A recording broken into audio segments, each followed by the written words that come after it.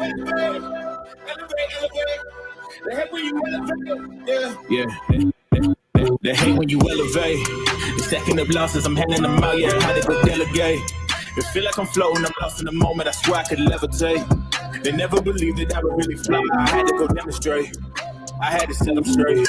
They hate when you elevate, elevate. They hate when you elevate. Yeah, they hate when you elevate, elevate. They hate when you elevate. Yeah. I had to elevate. I'm way too fly. Yeah, I'm feeling myself. Ain't no chance I'm coming down. No, got a soul view to myself. Yeah, why would I give it up? Why do they want to come take my place? I work too hard for it. Don't need a replacement. It's my vocation. Now I got rollies all in rotation. Hop on the jet just to take a vacation. All right. I was trapped in the basement. Now the hard work is all taking me places. Starting on play like we trapped in the matrix. Bet on myself and go all out in Vegas. Living a life like I'm rich and I'm famous. Don't see the grind and I know that it came with. I ain't making this far for myself. Yeah. I had to prove to Hey, Jackie. Salute, Jackie. What's up, Jackie? Big support. Jackie. We all got to talk about it. Salute. Stop motion MMA. Salute, man. Salute. How we doing? Mic check. What's good with you, Ray? Chilling, man. Chilling. Been a long day for me, but hey, that's what we're here for, right? Be, man. They be long. They definitely be long. Shout out to everybody coming in the building. You guys are slowly creeping in. I appreciate you guys showing up. Please remember to hit the like icon, the like button, whatever have you on your way in the building. We got a lot to talk about, man. I ain't done a live in a little bit. You know what I mean? We good. Say about a week or so. We good. You know how it is. It's going to be on these days, on my day off. You know what I'm saying? I'm a full-time type of guy working, taking care of the family, paying the bills. But we want to get to these lives and drop this content regularly for you guys. So much to talk about today. We got Ryan Garcia in the news, doing interviews, being transparent, being a transparent guy. We've got rumors of Canelo Alvarez's next potential opponents, whether it be Terrence Crawford or Jamal Charlo or Jaime Munguia or David Benavidez. And to be honest with you, I'm not hearing enough about David Benavidez, but we'll talk about it. Keyshawn Davis is back speaking, showing his evolution in the game, showing that he's learning his lessons, being a young fighter coming up in the game, and whatever else comes to mind. We'll talk about that too as well, right? So I think I'm going to break the ice. Getting into Ryan Garcia. Let's just get right into Ryan Garcia right now. Just watching how everything's been developing with him over the past, let's just say since the Oscar Duarte fight, really just watching his journey from that point till now. Because I think after that Oscar Duarte fight, or going into that Oscar Duarte fight, I think we were looking more at, okay, maybe there's a growth. He really tried to impress on us that there was going to be a resurgence, right? A resurgence in his career, that he was more passionate about boxing. He wanted to become a champion. He came through the door with Derek James, showing that he was elevating his training, and was gave us a lot to hope for. And then when Devin Haney fought Regis Prograis and had his victory, to see Ryan Garcia jump out the box and say, look, I want Devin next. And I was just like, wow, he really is being serious. He's like, he wants to fight the best. He wants to be in the right conversations. But then again, he goes and he makes a turn and he starts playing games, pulls out last minute with Devin Haney in negotiations, and ends up going into a negotiation with Rolly Romero. And as we know, we've got a pay-per-view coming up March 30th where Rolly will be on there. Unfortunately, on the other side of the ring will not be Ryan Garcia. It will be Isaac Cruz. Ryan Garcia in the dark. In the dark. We don't know what his next move is going to be, et cetera, et cetera, et cetera. Next thing you know, he's back in conversations and negotiations with yours truly, Devin Haney. Right? So obviously the people are going to have questions about what is going on with him. We see him hanging out with Floyd Mayweather. There's rumors going around about Floyd Mayweather's potential influence over him, and his indifference with his own promoter and Oscar De La Hoya.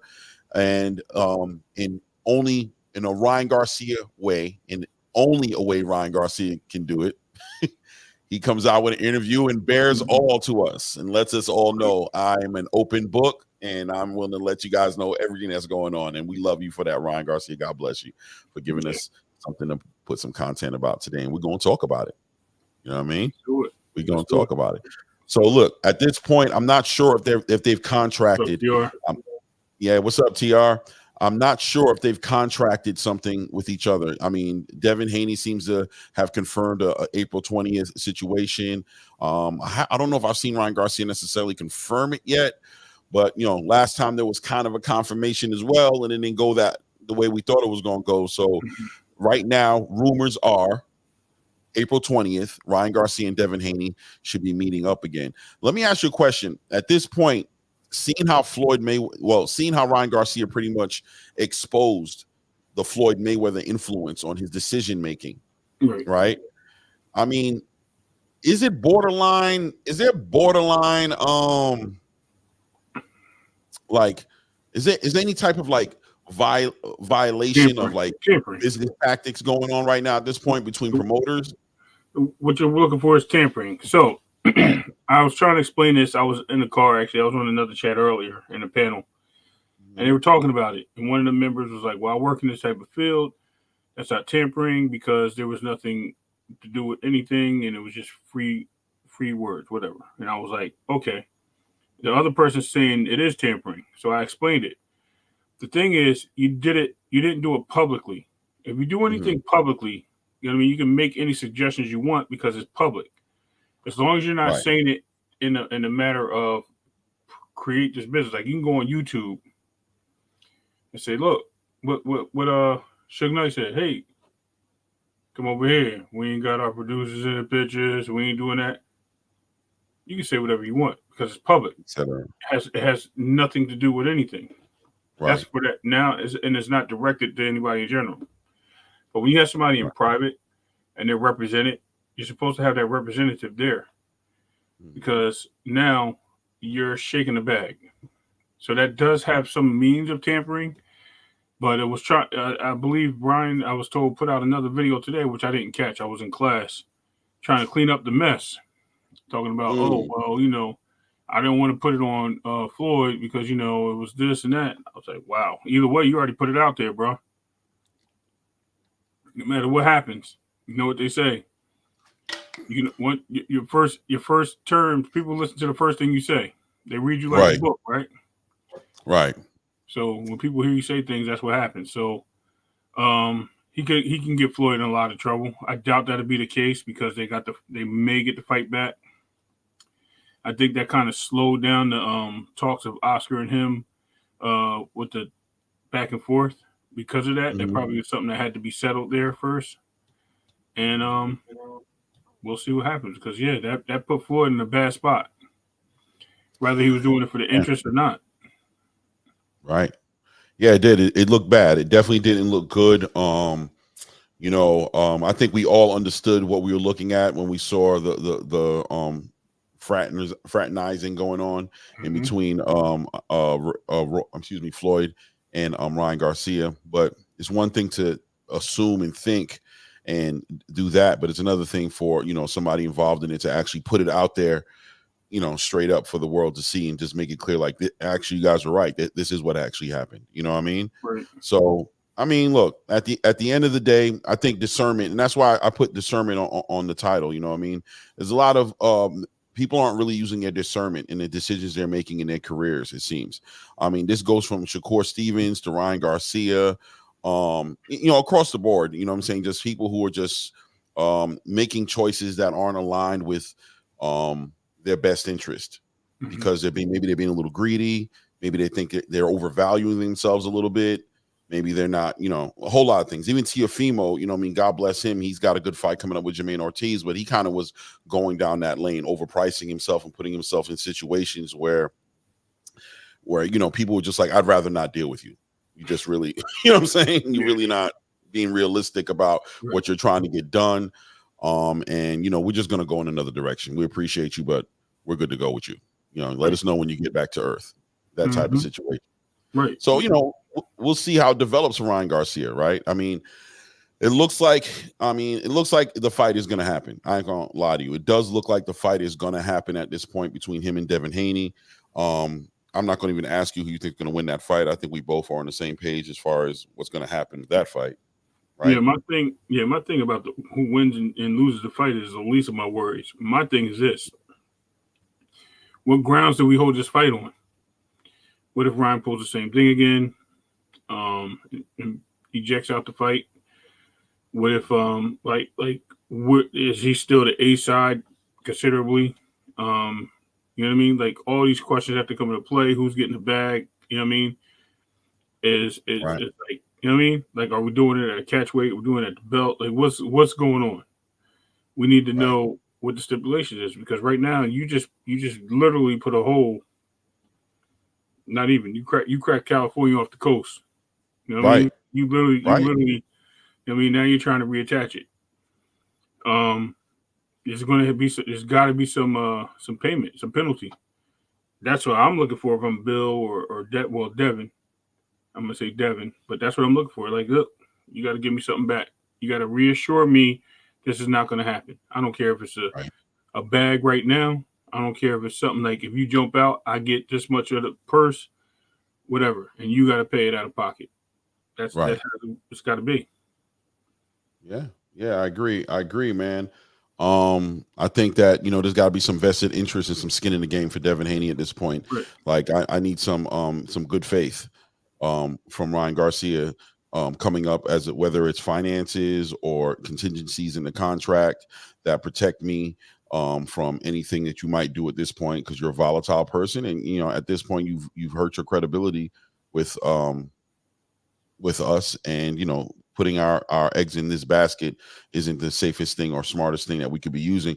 We might be having to use our discernment, make the best decision for ourselves in the fight. So we'll see what happens. I'm not going to hang out too long on it. I just know at the end of the day, Ryan Garcia is communicated, more importantly, what the Floyd situation was, and how the impact of Floyd's voice in his ear, and the reasons that gave him the courage to push forward. Even saying that he told Floyd, like, listen, I have a fight already lined up. I'm already in the middle of negotiation, and saying that Floyd was like, yeah, but things change, like really like talking him out of it almost, right?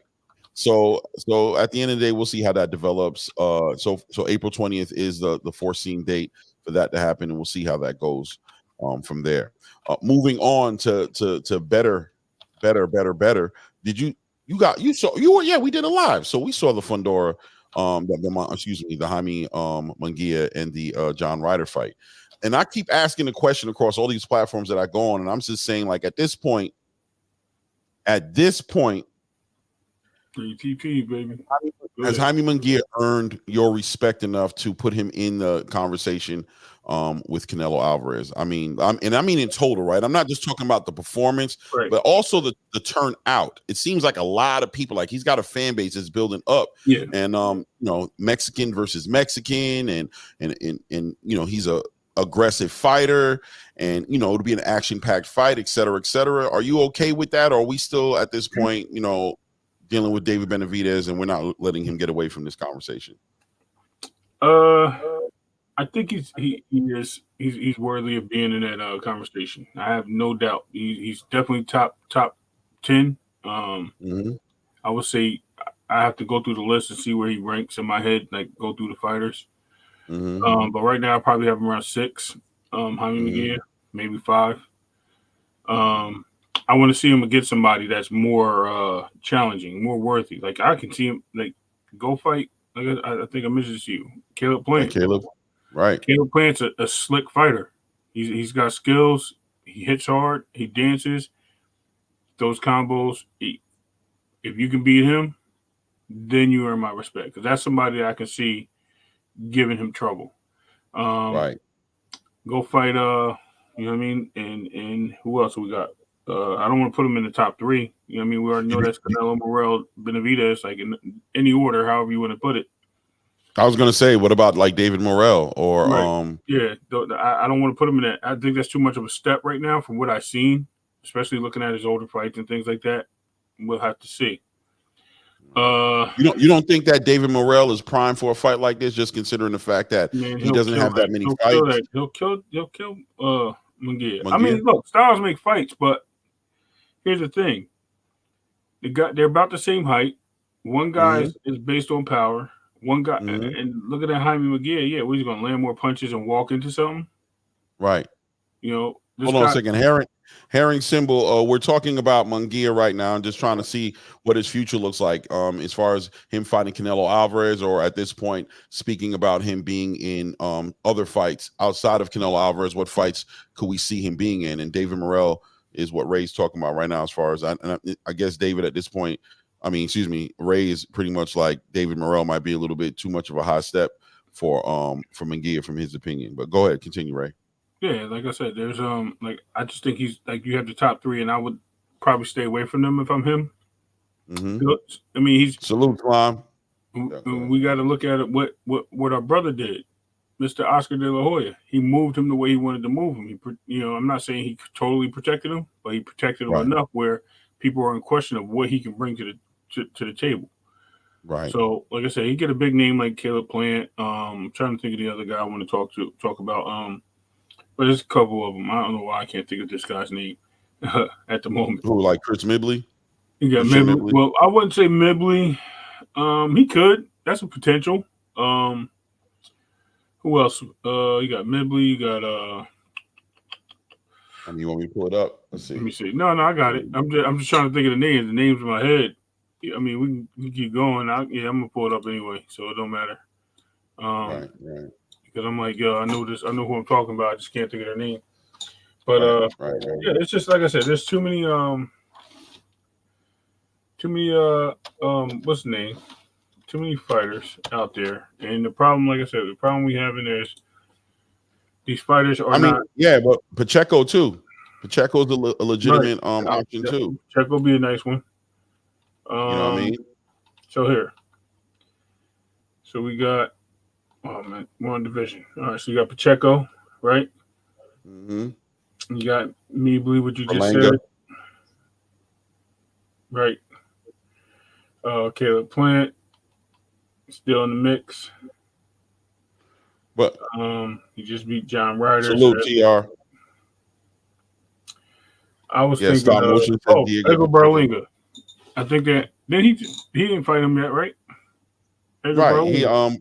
Berlinga, I think, would be a decent fight for him. Right. But I mean, it just seems as if the conversation for him is, and as far as what Golden Boy envisions for him and what they want to, the conversation they want to put him in is they want him up there with David. They want him up there with, Caleb, obviously with Canelo Alvarez. They want him up there with that like top 5. You know what I'm saying? I mean, he'll get there. He's in some of the rankings. He's already up there. You know what I mean? It's not like he's like fish food. I just don't see him beating a lot of the guys that we're discussing right now. Right. I just don't. So I would want to see him. But is it about beating him? There's that balance, right? Like beating them is a very important part of the conversation. Yeah, that's what I'm saying, right? But you're talking about putting him in the ring. Is he going to his sellability? Right. That's what I'm saying. Like we're talking about. So that has a lot to do with it. If you don't believe a guy can win, you're not going to buy the fight.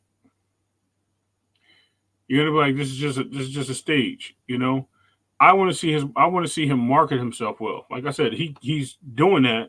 He's put a name for himself, but I just don't see him in the elite 3 right now in that division. Even Jamal fighting him, people are gonna think that Jamal's gonna wash him. They'll be like, oh, Jamal's gonna win easy. Like this is just the thoughts of the fans. This is not me. Right. So nobody wants to see that. They want to see him, like I said, put him in the ring with Plant. Caleb Plant's a great dance partner for him right now. That should be his next fight. That would distinguish, or Berlinga. That would distinguish who he is. He beats one of those guys. They're top. They all fought at the top levels. They all fought around the same circles. Guess what? Boom. We move him up the ladder. Now he's top 4. You know what I mean? So, I mean, just realistically speaking, as far as the Canelo Alvarez conversation is, we should check him off that list. He shouldn't be. Yeah, I don't think. I mean, Canelo can entertain it if he wants. He's a super middleweight. I mean, he's in the top 10, so he can entertain it. Mm-hmm. I just don't see it as a spark for the fans. The fans are gonna be like, yeah, it doesn't matter what he did to this guy that you beat. Right. You know what I mean? I seen it happen multiple times. Yeah, man. I don't know, man. I think today's market, I'm in agreement on Munguia stops Berlanga in 2 rounds. Yeah. I'm in agreement as far as between right and wrong and what makes sense. It doesn't make sense as far as where did this guy come from, and especially when you bring him into conversations with the David Benavidez's and things of that nature. It's like, nah, man, David's supposed to get that next shot. But at the end of the day, we're in a world right now where the casual fan kind of has his place in this game, and seeing Munguia perform that way against a common opponent like John Ryder, even though the triangle theory is been shot in the head a long time ago and doesn't really hold any weight. But at the end of the day, the casual fan doesn't really care. They see like, okay, well, this guy performed like this against John Ryder. This is how Canelo performed against John Ryder. Maybe we should, line him up, especially being that he's Mexican. And like I said, the show out at the event I thought it was an exceptional show out. It seemed like he had a lot of support out there, a lot of people seem interested in Munguia. I got a question for you. What happened with Floyd and Manny Pacquiao? How did that end? What do you mean? How did it end? As far as the pay-per-view, how'd that fight end? A decision. Right, but what was the decision? Floyd got it. No, not Floyd. It said Oscar Pacquiao. Oh, I thought you said Floyd. I might have said Floyd. My bad. I think you said Floyd and Pacquiao. I think I'm not crazy. I might have. Yeah, my bad. Oscar. Floyd. I'm Oscar Pacquiao. Oscar and Pacquiao ended up in I don't know. Did Oscar get stopped? I know he got the brakes beat off of him. That's for sure. He got the brakes beat off of him. You know what I'm saying? Go back and let me know. I'm pretty sure he got stopped. Right. Right. What happened with Floyd and Oscar? Floyd spanked him with the distance. Yeah. Right. What happened with Oscar and Shane Mosley? Did that go to distance? Right. Did. Yeah. What happened when Oscar fought Shane Mosley fought Pacquiao? Yeah. Did Pacquiao stop him? No, that went to distance, right? Yeah, it went to distance, but who won? Yeah. Pacquiao. Right. Now, who won the other fight with Floyd and Pacquiao? Floyd. The point is, those are triangle theories. Common opponent, one person makes a stop. Doesn't matter. Stopping doesn't matter. And then you have two common, not common opponents. Well, yeah, common opponents, because Floyd fought Mosley and he did a better job against Floyd than he did against Pacquiao. Right. You never know what your partner's going to bring. That's why I said it's an intriguing fight. He might show up. Canelo might not. Guess what happens? Right. Now we're talking. The triangle theory's been shot. Without a doubt, that doesn't mean anything. Right. I think to boxing fans who understand boxing, we understand the significance of that. But like I said, the casual fan has a space here where he can communicate and push a fight to happening that a hardcore fan will be like, why is this happening? You know what I'm saying? I don't understand why this is happening. And especially for somebody who like Canelo, who has, I'm not saying he cherry picks, because I really don't believe Canelo cherry picks per se, but I definitely know that he'll fight somebody he feels like is going to sell and makes the most sense for him to fight, no matter what nobody thinks. He's not making his decision based on who he's supposed to fight. He's doing it based on what makes the most, sense to him. You know what I mean? And dollars always make sense. So we'll see what happens with that. So what else has been going on in the game right now? Because I'm going to throw the link up probably in the next 30 or something. So we got the press conference today. Great. I thought it was very funny. I thought it was entertaining, believe it or not. Right. Thurman knows how to throw down in these conferences. I don't know where his rhymes go. It wasn't funny, but it sounded like Bill talking about what you gonna do with the Rougarou. Yeah. Right? He had a little rhyme. I can't remember what the rhyme was, but he definitely had a what you gonna do? Something like that. I'm like, yo, what is he doing? He said, what you gonna do with these hands on you? I'm like, yo, Thurman is funny. Yeah. He's juicing it for real. He's selling it. He's made an agreement. He knows Thurman understands that the fans are, I don't want to say disappointed, but he understands that people are questioning this headliner pay-per-view situation with him and Tim Tzyu. He understands that. He's not stupid. He understands that this is a very funny looking situation from the outside looking in. PBC's clearly adjusted something. Something happened. You know what I mean? They're not communicating to us what happened, but something happened, and people are questioning. You know what I'm saying? People are questioning what it is. Yeah, I mean, me too. I ain't gonna lie to you. I think that I'm being real with you. I think the press conference was telling in a lot of ways. Number one of the biggest things that I saw that it was telling was that when I saw the way Keith Thurman reacted to when they asked him about his future at 154, if he wanted to get belts, being that, you know, this is a catchweight fight, it's not for a belt. Right. Seeing his reaction to the question being like, I'm not really interested, you know, like I'm more interested in big fights. Like this is not a big deal for him. He's not here for belts. Sounded weird, and it just sounded like played. And when he finished answering it, it was like, so why are you fighting him type of situation. Right. You know what I mean? It was like, why are you fighting? Because I don't think this is a big fight for you. Like, I don't think if you're talking about not championship fights and big fights, I'm thinking, you know, I would say Boots, but, you know, even Terrence Crawford, or if you're talking about big fights, I would picture somebody else being across the ring from you. If you're not fighting Tim Tzyu for a championship, I don't know why you're fighting him. So it was telling that he had no interest in the fight in real time, that this was just the next guy on the list. And this is not a tune-up fight as well, right? Like Tim Tszyu's not a tune-up. This is not you getting ready to do something. So it was telling about PBC's coordinating this card and what really went into the card, and the fact that there was some last-minute adjustments made. I thought it was real telling. Yeah, I think it was supposed to be the co-main of this card initially. Probably got slept back because of certain circumstances or whatever the case may be.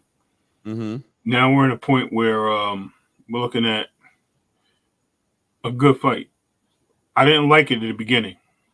I didn't like it. I still, you know what I mean? But I'm looking at it, I'm like, man, you know what? This is actually going to be a good fight. Is it pay-per-view worthy? We'll have to see. We have to see how the stars show up. We have to see, you know what I mean, how the arena looks. We have to see all this going down. Who's really interested? Right. Huh? Yeah, it's like who's really interested in this card. Right. We're going to see it, especially charging pay-per-view. So $80. So I don't care about the pay-per-view. It's $80. Why couldn't we get a $49 pay-per-view for this fight? Another bad decision, I believe. Also, I agree with you as well. Understanding that there was an adjustment made, and you guys are acknowledging, and you guys know this isn't the right headliner for a pay-per-view card, but you're still going to charge $80. Here's the thing. We don't know what's in their head. I think I spoke on this before. Tim Tszyu is a rising star. Okay. He's rising. You go into the next generation, so you might as well try to get your guys' name built up now, like they did with Canelo when he was coming up. They started putting him on the undercard, and they started putting him in the pay-per-views, right? He became the biggest pay-per-view star. So it's nothing wrong with what they're doing. It's just, who did he fight to get, like, that name? Like, he fought a couple guys, but he didn't fight the guys. Right. Terrence Crawford would have been a great fight for him right now instead of Thurman. Right. That would have been the fight everybody would have loved to see. Unfortunately, we got Thurman, which is fine. I mean, I think even Boots. Call Boots up. Boots. 100%. What you doing, Jerron? You want to shot at the title? I think I hit hard. I don't think you can beat me. I think I can knock you out. Okay, let's get it done. That's what I'm talking about. Get these guys that are starving down there at 147, waiting and sitting at the table. Get them up there. Call them out. You just called a guy that was sitting there raking the leaves on his own grave, bro. Like, for real. Yeah, man. It's a weird headliner, man. I'm always going to say that I think we're going to listen. If he knocks him out in the 6th, that's what I see. He knocks him out in the 6th. But I think Thurman puts up a fight. I think we're going to see something different. But TR don't like what I'm saying, though. 6 rounds. You feeling it? He told me he wanted to debate me on it. I'm like, whatever. Nah, he playing. He's just playing around. I'm good. Hey, but listen, right? Did you hear the recording of the interview where Tim Tszyu commented on how he was actually preparing this whole time for Terrence Crawford for a southpaw? Yeah. Right. So, I mean, this in reference to even being on the undercard of this fight. Nah, man, I don't even think he was scheduled to be on this card, bro. Because if he was scheduled to fight Terrence Crawford on this card, it wasn't going to be an undercard. That's going to be headliner. That he planned on being on this card. This is a last-minute complete removal of somebody important, and we can all use our imaginations as the different people that could have been the important people that were supposed to be there. And this was a replacement based off of budget, right? Based off of what can we afford. I mean, I'm just saying from the outside looking, when you look at something like this, it's like, who's available? How much can we pay them? Mm-hmm. Right? How much do we have on the table to pay them? And it has to be somebody who at a minimum, at least one of them is a rising star that we can make, an argument as to why we're putting them as a headliner. And combine that with how long it took PBC to actually tell us about this card. Finally give us the fighters that are going to be on this card. Right. A lot of questions, man. We're going to see. You know what I mean? We're just going to see what it is. Right. Time can't be beat, so we'll figure it out. It's just a matter of time, man. So see what happens. Yeah. At the end of the day, we're going to figure it out, and we're going to get the answers. Some people are going to not like the answers. Some people are going to love the answers. Some people are going to challenge people for it. It's going to be so much. Listen, chaos is coming in boxing, unfortunately. A lot of it. We see it. It's writings on the wall, but people want to avoid it. They want to not talk about it. I'm not saying PBC's dying. I'm not pushing none of those narratives. Don't take this out of context. I never said a brand. I never said anybody's dying. I never said this one's out of business. None of that. Don't twist my words up. Don't clip it. Don't say it. I didn't say it. End of story. Right. What I'm saying is boxing has to establish something. This new stream thing with boxing on the major platforms is you know what I mean? The PBC is the last to do it. And on the Amazon, which is great, it has to be filtered in right. And unfortunately, I think it would have been better to filter in with a couple of fight cards, Saturday night fight cards. Right. Like on the stream. Boom. Here comes May, maybe April, right before the Haney fight. You get another big fight going. Throw that up there. And you got another one because, you can do it once a month, right? You put Canelo on Cinco de Mayo. Right? Right. Time frame is great. But, again, who am I? I'm just a guy. You're just fan. Just watching, just like watching a boxing. You know what I'm saying? Exactly. What do you think of the undercard? What do you think about the undercard as far as like Rolly and Fedor and all those guys? I mean, Rolly Isak, at this point, which I think is a great co-main event. Right. I think that's a good co-main event. Rolly and Isak. I'm okay with that. I thought Isak looked a little chunky. You know what I mean? I've seen him. He got a little chunky on us. Solid. Yeah, man. Like he's growing into the 140 pretty well. Like he looks like he's doing okay with 140. But what do you think about that? You remind me of Rey Mysterio. Right. He did have that. Right. He did have a Rey Mysterio type of energy going on. So he definitely did. He's a giant killer, ain't he? That's what they used to call him. Yeah. Well, he got a giant in front of them. When they did the face off, it was like clear, like, okay, that's what I thought it was. Like Rolly's way bigger than this guy. Yeah, I think he's just gonna bully up Scooby. Long day, bro. Long day. Studying all that stuff. My bad. That's contagious. So I hear everybody in the chat right now yawning. Right. You just did it. Yeah, right. But I think Rolly bullies him. He might walk into a shot roll. He might even get knocked down. But I think he wins. What's up, Anonymous? Yeah. Right. I think he wins. But so you're still leaning towards Rolly, right? Like you're feeling like Rolly should walk away with this. Yeah. Right. I think so too. I'm really interested in who Rolly's new trainer is going to be. I don't know if that's been confirmed or not yet. I know it's not Bullet. Bullet's all over the place speaking to the world about how Rolly's a horrible person. You know what I'm saying, for dropping him. So he has a new coach. Yeah, Herring Symbol says Rolly's just too big. I think the size is going to play its role in this fight without a doubt. And if Isak Cruz's power doesn't translate, salute Lorenzo. If Isak Cruz's power doesn't translate into this division the way it was working at 135, this could be a bad short or maybe even long, really beat down night for Isak. Right. Rolly has all his issues, all kind of holes in his game. We all know that. But sometimes at the end of the day, physicality plays a huge role in fights where we're dealing with punchers.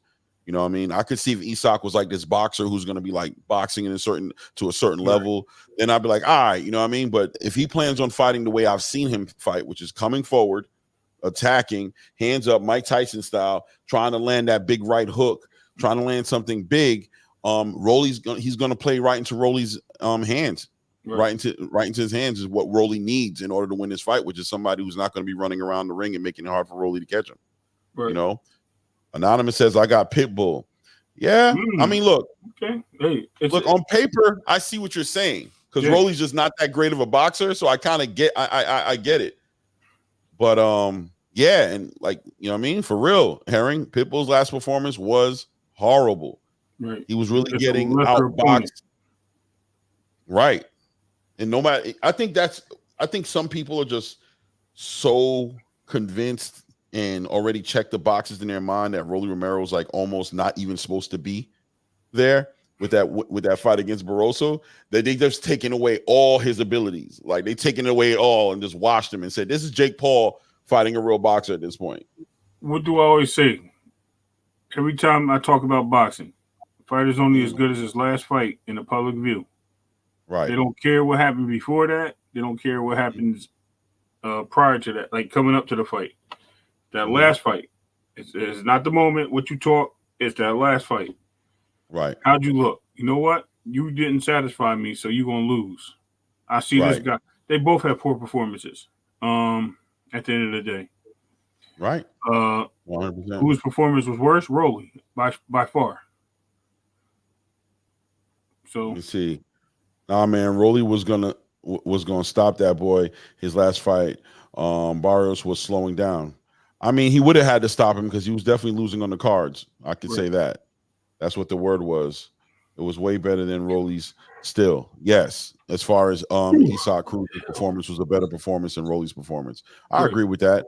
I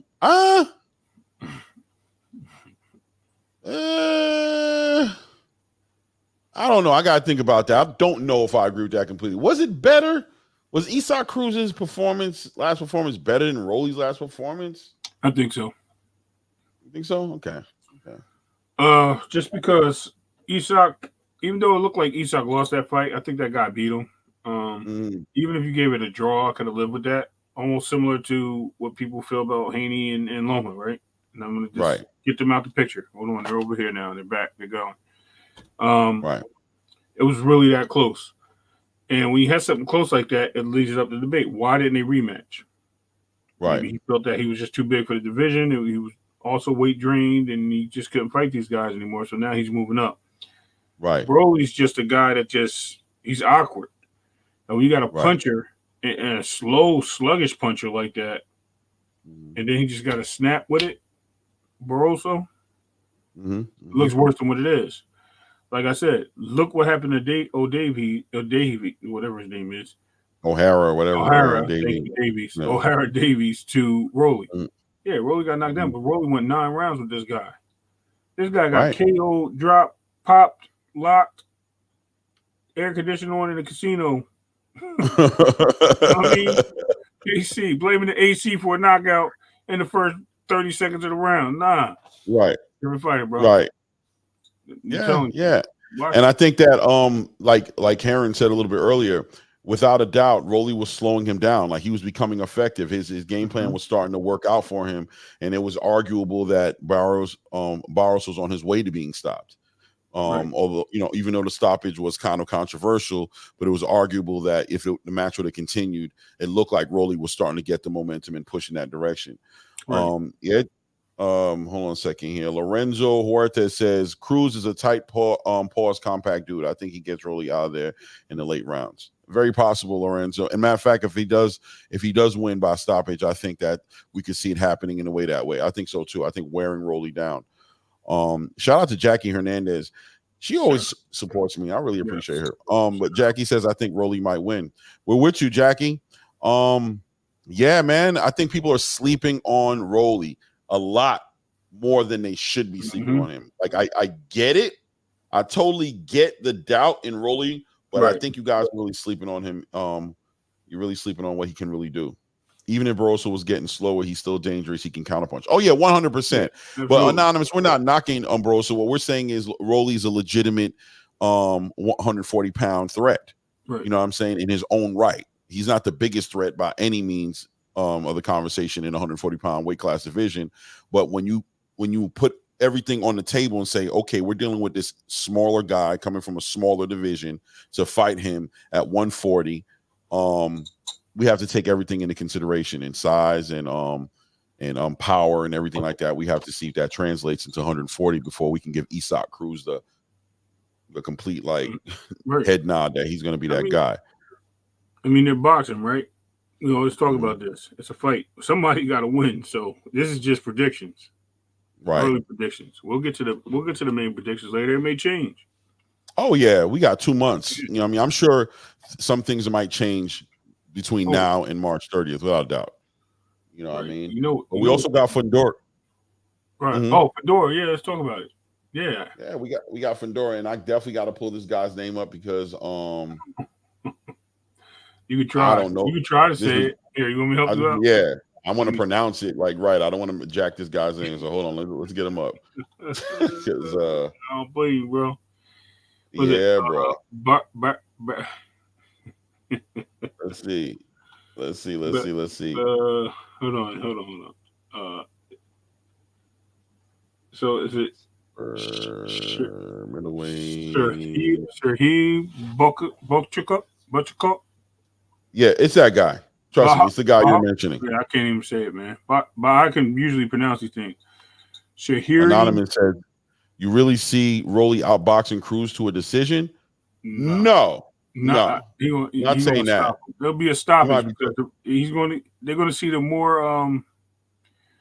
You're going to see him. What I'm saying is, Cruz will come out strong, but he's going to be outmatched. And I think you're going to see a flurry of punches from Rolly later in the rounds where the referee steps in because he's going to have a lack of getting in there. I could be wrong. This is just what I see. This is the first, me just having the foresight right now, speculating the fight, how it goes. But again, we don't know. Yeah. Also, Jackie said by decision, I don't see a KO for Rolly at all. I don't know, Jackie. Maybe not. I'll tell you like this: if Rolly plans on winning, he should be looking for a KO. I'll tell you that. He should be looking for one. That's so for sure. I say it like that. But I don't know anything about this Bohochuk dude. You know what I'm saying? I know this is Fundora's comeback fight from his Mendoza loss, right? Right. From getting slept by Mendoza, not just slept. You know what I'm saying? But Fundora basically said, at the press conference, Fundora said he didn't really learn anything from the fight that he had. Just that he pretty much slept a little bit, kind of got a little lazy. He feels like he was doing pretty well in the fight for the most part until he got lazy and Mendoza was able to land that shot. I gotta agree with him, man. I think Fundora is a great boxer, bro, and I don't think that loss should have him change his whole entire who he is. You know what I'm saying? I think he's very effective. Fighter. Great boxer, yeah, man. He's and tough. He got good fundamentals. You know what I'm saying? Like he's a good boxer. He's not like being 6'6", yeah, man. So I feel his energy, man. I gotta agree with him, and that kind of made me happy to hear him say that. To be honest with you, because a lot of times these guys go from a loss like that and they change everything up. You know what I'm saying? You say that again? No, don't say it no more. Pause or that. All right. Pause. Oh, church. Yeah. Shout out to the youth, them. Keep us on our toes. Trying to help you. Yeah, thank you. Oh, y'all really see? Boom. Has Rolly told anyone who he's training with? Nah, man. We don't know who Rolly's training with, Jackie. I'm glad Fundora's back. I can't wait to see how he adjusts since that KO. Yeah, man. That's what I was speaking on, Jackie. Adjust. What adjustments does he really need to make? He just needs to be a little bit more responsible in those later rounds. And when he's winning and he feels like he's dominating, he still needs to treat the opponent like a live opponent because he is dealing with a live opponent. And I think outside of that, he did okay in that fight against Mendoza outside of getting slept. You know what I'm saying? So let me see here. The Fundora situation is disgraceful. Dude is getting a title shot after getting knocked out, kind of like Rolly and Loma after losing to Haney. Okay. You feel like he doesn't deserve. Okay. His opponent was for the eliminator for the WBO. So because he's on multiple cards, multiple sanctions, different ranks, he has that opportunity to go different. He got moved up. Mm-hmm. A couple of fights lost, couple of fights moved. Fighters drop out of the sanctions. Guess what? He's number 3 now, and number 2 guy is Sharir Bohachek, something like that. So he's the number 2 guy. Guess what? They're gonna fight. We'll see what happens when it happens. At the end of the day, I don't think he. It's a tough fight. I don't know. Yeah. I'm going Fundora for sure. I'm definitely going. I'll tell you why. He has a strong. Look how long it took for him to get knocked out. That guy's his chin's been abused for how many fights he got? 23 fights or something like that. Yeah, 23-1. Yeah, his chin's been abused for 24 fights. His chin's been abused by people. Mm-hmm. You can never get a clean shot because he's so tall. Right. But his shots are like pebbles of fire coming out the sky. They hurt. Right. You know what I mean? And it's just weight with gravity. That's it. It's all day. So I can't. And he swings too. Like he's not like somebody that just sits there and just, you know what I mean? And like, oh, I'm gonna let you hit me. No, he got some shots, bro. So I mean, he knocked Lubin out. So he definitely got some good gusto. So don't sleep on him. I think he wins this belt. He deserves it. Obviously, because I think he was in line. I think he was number 2 in the WBC when he lost, or number 1 rather. I'm sorry, he was number 1. Yeah, his trajectory was definitely heading into a championship fight. He was number 1 in the WBC. Yeah, and then he lost. He dropped 2 spots, so he's still in the rankings. So at the end of the day, give it to him. Yeah, I agree, man. But I do understand the argument as far as how bad the knockout he suffered. It's like, really, you're gonna give him a championship fight? I get aesthetically the way that looks. You know what I'm saying? On the surface looking in, I get it. But the reality is, if you take away that knockout, which I know it's hard to say, just take away that knockout, right? Because it's there. But outside of that, he really was in position to become a champion. So it doesn't really hurt me that bad. And I don't know who would you put over him to go for it. Exactly. Yeah, give me somebody. On top of that, guess what else we got on that? Unless Jamel comes back for that title, he fights Tzyu next for unification. Right. Who? The winner of this match? You think so? Yep. Why are they on the same card? Makes sense. Okay. Listen, I'm willing to go with that. Did I not tell you they're building Tzyu up? Right. And guess what? I think Fundora can beat Tzyu. So do I. I think he has the skill. I think that height, that arm reach, I think is styles make fights. Right. And I think he knows how to wield his leverage in a good way. He knows how to wield that. He works it very well. And he doesn't shrink himself. You know what's have you ever watched him fight? You know what's crazy? For a long, lanky guy, he fights great in the clutches. Yeah, he's in there. When he's engaged, he knows how to throw them hooks, some check hooks, bro. Right. All right, I feel you. You got Tzyu. You got Tzyu with Thurman or with Fundora? It sounds like with Fundora. Well, but he says he thinks Lubin should have also been over him. Over Fundora? Nah, maybe over the ranked number 1. So where's Lubin ranked? Hold on, I'll tell you right now. Yeah, Lubin is Lubin's ranked number 5. He's behind Jesus Ramos, which is another good fight. But Fundora beat him. I'm saying, can't put too many people in front of the guy. Yeah, it's like I said, aesthetically, I get where you coming from, Anonymous. I really do. I mean, the way he got knocked out last time, it just seems like a reward right now. It doesn't seem like the right thing to do for him. But I got one for you. So why is Virgil Ortiz ranked number 6? He just got to the division and had a fight that barely was a fight. Yeah, it got stopped way early. Right. We don't even know what he can do. He number 6. So Right. Pandora definitely, probably. Well, I don't know. I can't say definitely. He'll beat Tzyu though. I think I can see that. At the end of the day, that's my thoughts on that. Josh Kelly's a good fighter too. I forgot about him. Right. It's another fighter. Anonymous says Mendoza, Fedor, and Ramos are coming off a loss. Lubin's coming from a win. That's the way I see it. Okay. But there's also, what did they do head to head? I mean, you had the number 1 fighter who lost, and then the guy that beat that he lost to got, like, it was a great fight. They fought a good fight, but at the end, Lubin couldn't do nothing with him. Salute Ross Clot. Ross Clot says Tzyu will beat the F out of Fedor. I take it. Listen, yeah, man. Look, it's only speculation. It's early speculation. We only hoping for the best, man. We only hoping for the best. Remember, you're only as good as your last fight. That's the truth. I tell you all that all the time because we see things in the last fight and we think it translates into the next fight. He might got a glass jaw now. We don't know. He might get knocked out this fight. And then we be like, okay, you know what? Shouldn't have been there. Herring's right. Should have been Lubin. You know what I mean? Like, Anonymous right. Should have been Lubin. Right. You know what I mean? Right. Like, we don't know. We don't know, man. We got to wait. Yeah. Like, we got to give the guy credit. He was number 1 ranked. I agree, man. I agree. Like I said, aesthetically, I get it, guys. I really do. You know what I mean? But before that, I don't think we would have been talking the way we're talking. I think we would have given him a little bit more respect.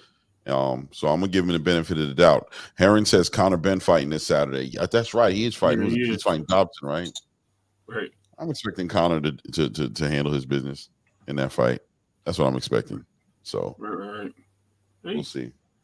That's a fight. Yo, go. No, I was gonna say with Conor Benn, Egg I don't know, huh? It's an egg gate. Right. But with him, it's like before Egg Gate. I don't know, man. I thought he was gonna come and start talking. He's gonna start talking mess in the welterweight division. Mm-hmm. Am I bugging? Didn't you feel that way about him? He could have brought something to the table. Right. He could have probably had that buff fight, or that boots fight, or a boots fight. Right. Easily. Right. Now we in we don't know. We don't know what he got. I would like to see him with my boy Blair the Flair, though. I'll tell you that. That'd be a good comical fight. That'd be a great fight. That would be a great fight. That would be a really good comical fight because I think they both have enough speed and counter ability to get it in with each other. That's a really good fight. And he needs a fight. They both need fights, bro. They haven't been. These guys in welterweight haven't been fighting, right? It's like Earl Spence and Terrence Crawford held up that division that bad. You only had like 4 fighters in action. All their top fighters have been injured or their fights didn't make it. Remember, Virgil Ortiz and Stanionis got pushed back 3 times. Right. These guys been fighting in years in welterweight. It's a graveyard. So I think that's where a lot of the pressure comes with the PBC situation, right? With the roster that they have, with the amount of fighters that they have under, it's always going to be a question. And we're always going to get pushback from people who are saying we're hating. We're just not allowed to talk bad about PBC, right? And I don't want to talk bad about them. And I'm not trying to talk bad about them. I don't feel like I'm talking bad about them right now.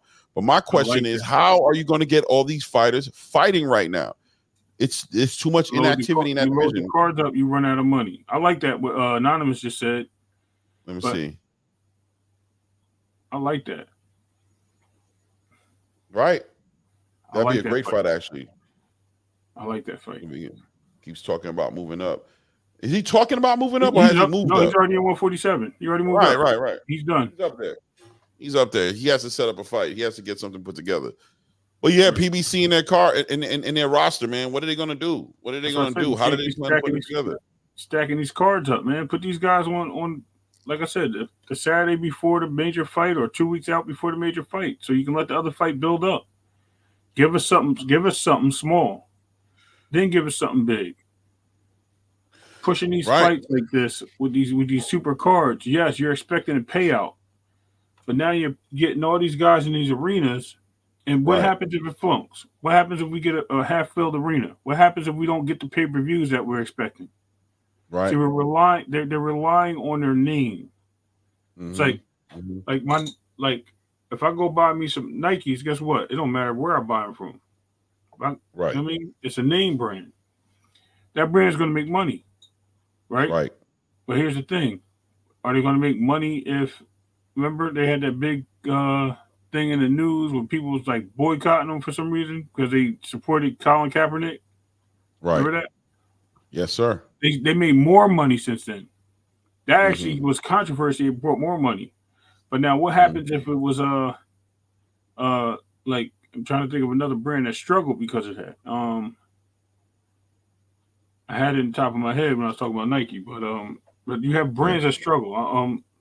They had the big issue and they said something they weren't supposed to say, and they're gone. What are you talking about, Kanye and no, Adidas? the brand. Well, there you go. That Adidas, but they still sell the Kanye shoe. They just took his name away from him.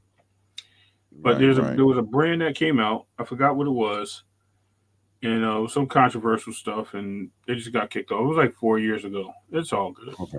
Like I said, listen. Heron says Ben did an interview today. He said he's going to take his own life, or he was going to take his own life when he was going through the steroid allegations.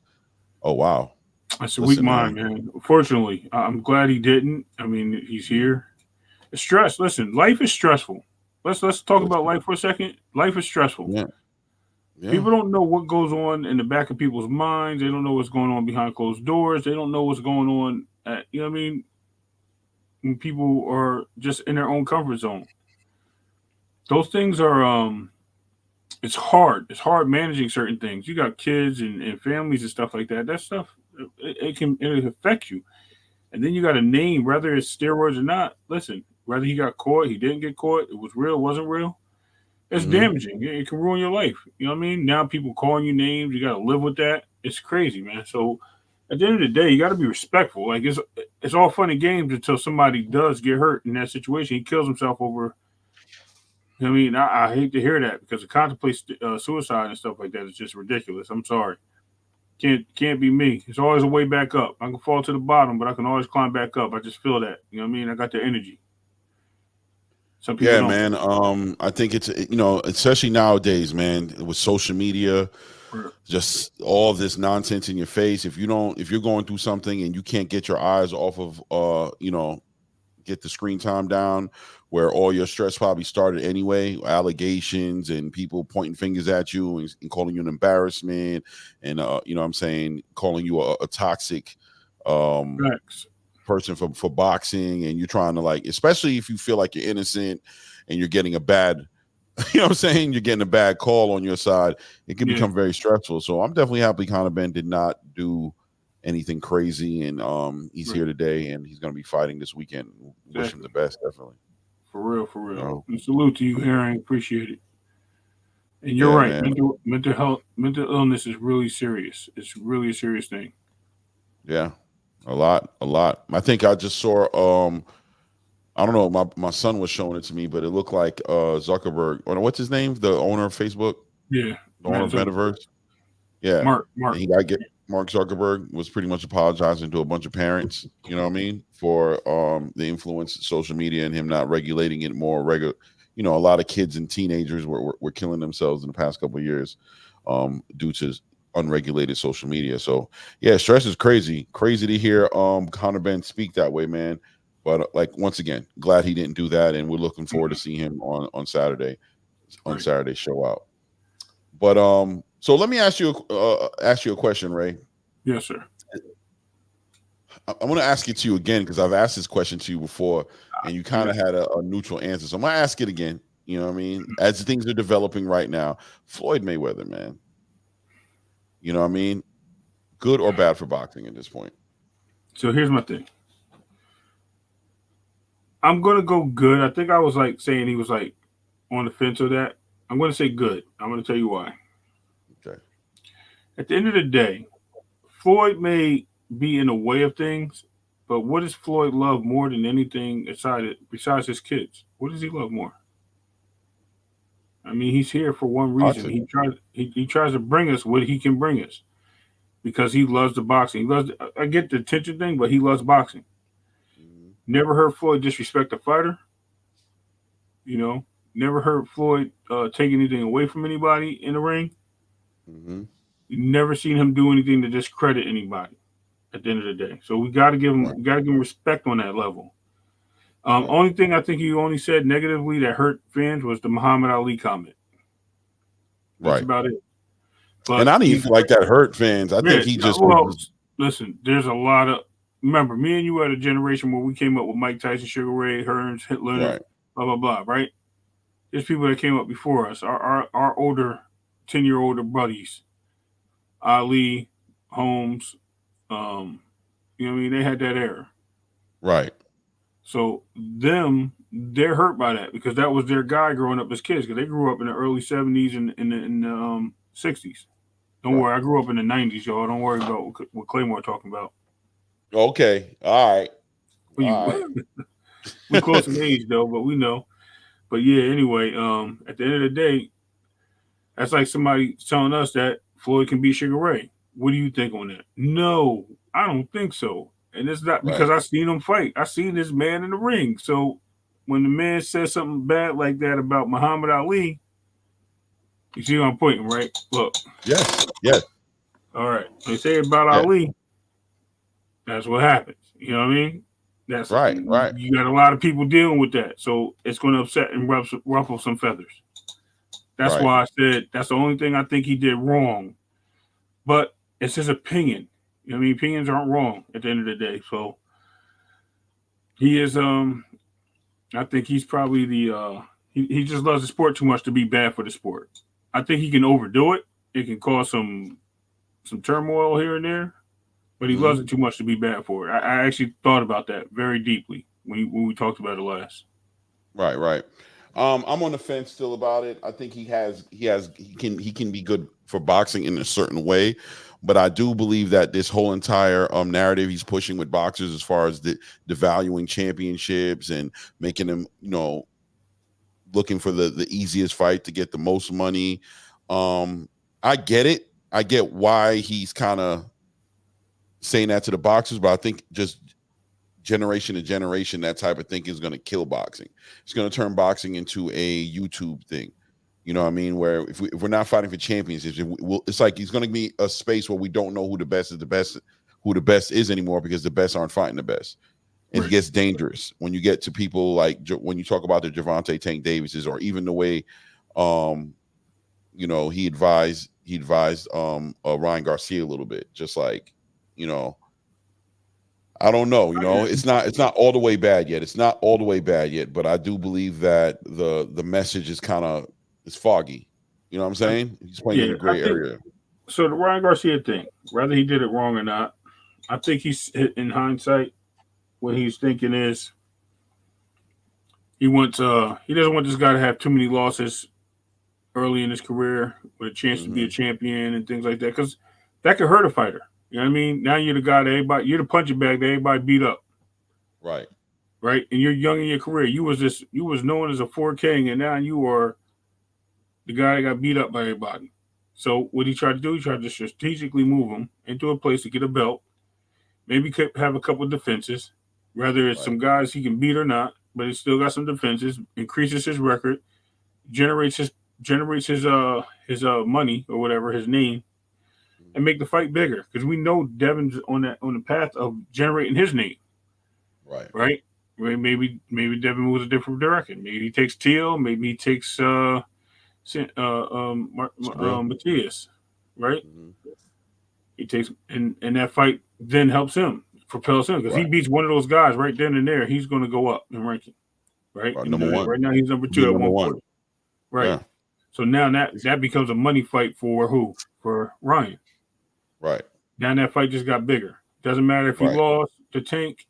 Nobody sees that. He takes the L to Devin, or what happened to his career?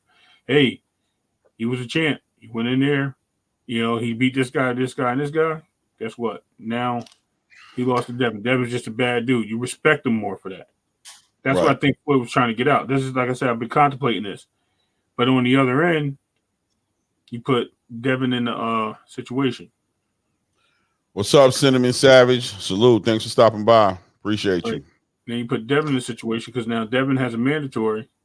He's holding off to get a fight in between that mandatory because he wants to acclimate himself to 140. Right. He was respecting wishes of whoever to fight. Right. Like I said, it's just it was a bad card game.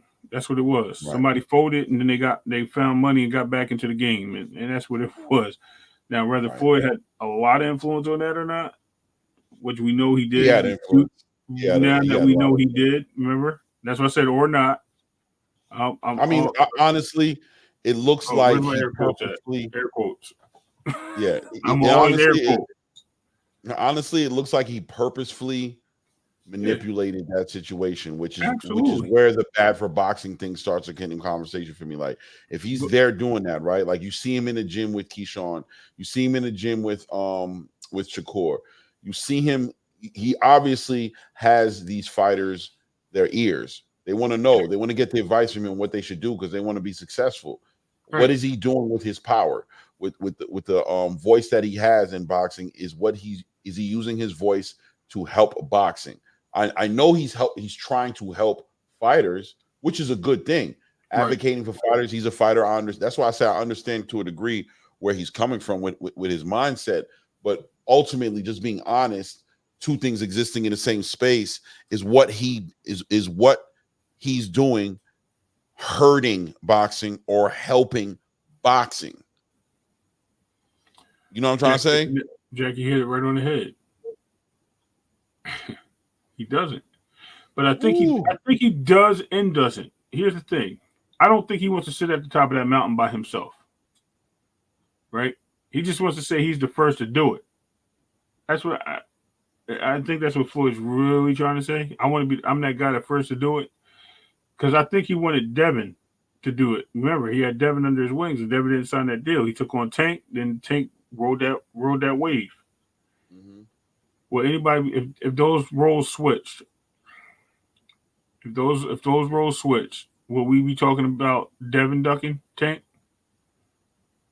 He was moved different, or will we see Devin fighting all these top guys, getting all these belts, moving through the divisions right now at 147, fighting boots? Maybe, right? I think it'd have been the same thing. I think he'd have been advising Devin to do the same thing. I think it'd have been a struggle. Arguably, I would say that Bill Haney kind of saw that coming a little bit and was like, "Nah, I kind of have a different trajectory I want to go on my son." You know what I'm saying?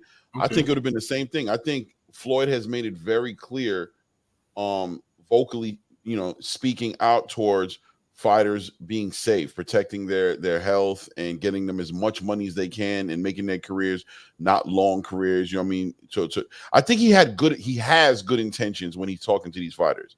He is helping the fighters. That's why I said he's trying to help the fighters. But I just question as to whether or not what he's doing is helping boxing or hurting boxing. Whether it's a good thing or a bad thing, by the way, as far as maybe he's supposed to be helping these boxers the way he is. Yeah, his brand is money. Capital. It's not championships. We know that, but I think boxing's turning. I mean, especially with the Mexican influx and the other fighters from around, the peninsula of South America and Central America, the Caribbean islands, overseas, Europe. All these guys want belts now, man. They don't care about the money. That's what I'm saying. So it's changing. It's going to change. You know what I mean? It's going to change because the money's going to come with all that, but again, it's going to take a while. We'll see what happens. Yeah, we'll see. We'll see what happens, man. And that's another reason why I think he took that fight away from Devin, because Devin made that comment or Bill made that comment. The era's over. About being the Devin era, the end of the Floyd era, right? I think that was a big key to that. But hey, again, this is what happens when you open your mouth and play with the wrong people. Don't play with matches, y'all. Yeah, man. Some people just got too much leverage. Just their money's too long and the influence is too strong to go against them. You know what I'm saying? Right. Money Claymore. Yeah, TR. I'm feeling that. Clay. Yeah, I receive that. I receive that, man. I receive that, brother. Thank you for that blessing. You got to send some money over here, then. I got to tip you early. You already know. You know what I'm saying? We all got to eat. I'm just kidding. That was a nice drink I had in there. You know, that's a football mug, right? Yeah, that's a family. My son bought me that mug for the holidays, man. I was like, cool, I like that. But yeah, man, we'll see what happens. Yeah, no, most definitely. We'll see what happens. How that's turning around. So, what did you think about Keyshawn Davis's interview? Did you get a chance to take a look at it? Not the full interview, but I did catch up on it. Like I said, I heard it. I was on another channel when I heard it. I thought it was really good information he dropped. I like the fact that he's acknowledging that he had mental health issues and that the marijuana was a part of his change and it was dragging him down. He realized it. Now he has full energy. Listen, I couldn't stand Keyshawn. When he said that, I was like, yo, this guy actually gave me a change of heart. Pause. You know what I mean? But he gave me a little bit more like, okay, I can rock with him if he gets his head right, but now I got to see him fight. So he got to fight. He should have a fight coming up, shouldn't he? Yeah, Keyshawn's actually fighting on the Teofimo undercard. Okay. Yeah, so then he's fighting Pedraza. Big fight for him. Right. So we'll see how he looks there. Yeah, I agree with you that Keyshawn showed, I was a Keyshawn fan, you know what I'm saying? You know that. And I think highly of him, but I'm not gonna lie, the way he handled the marijuana situation gave me pause. You know what I mean? Made me be like, oh man, that's not, if you're not willing to sacrifice something like that for your career, then it's not the end all be all, brother. Like, the rules of the game. Sure. You're going to get paid handsomely. You're talking about legacy. You're talking about generational wealth for your family. Letting marijuana getting in the way of that, it just seemed, I wasn't too happy about the way he reacted to that.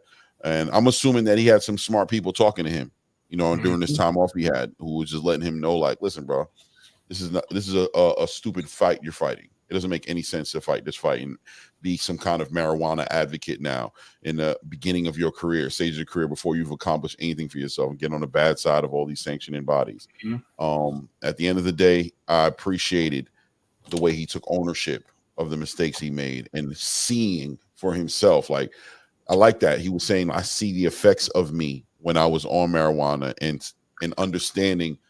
It didn't sound like he was just talking just to be talking. It sounded like he had some revelation on his time off, and I'm expecting to see him come back strong. You know what I mean? I'm hoping he has a great performance against Pedraza. I think he's gonna win that fight, obviously, but I hope he has like a real statement in that fight. That he makes a statement, because this fight right here is gonna officially pull Keyshawn Davis out of prospect conversation. He's gonna become officially, after this fight, become a he's going to become an official contender. You know what I mean? Let me see here. Okay, yeah. Anybody in the back room? Say it again? Anybody in the back room? Oh, no. Okay. All right. I was making sure because you dropped the link, and I was like, hold on. What are we talking? And we forgot. Oh, yeah. I'm good for that. I know. But yeah, I was appreciative of Keyshawn's interview. A lot of family talk. He talked about his family and being the guy, the face of his family, when he's a middle child. You know what I'm saying? Yep. He has an older brother who's kind of supposed to do it, but success comes where it goes, and he had to take that on his shoulders and become a representation of his whole family. And that's a lot of pressure, man. It's a lot of pressure, man. It was good to hear him speak real, and also that he had a lot of respect for the game. You know what I mean? But I think he has great people around him, from Terrence Crawford to even Shakur, which we got to talk about that, obviously, right? But even Shakur, you know what I'm saying, and all the people he has around him, and Floyd, from what I understand, is talking to him a lot right now. So expect to see him do great things in the game. So segueing to our boy Shakur Stevens, right? New Jersey's own. No representative. I'm just kidding. I'm kidding. That's my guy, bro.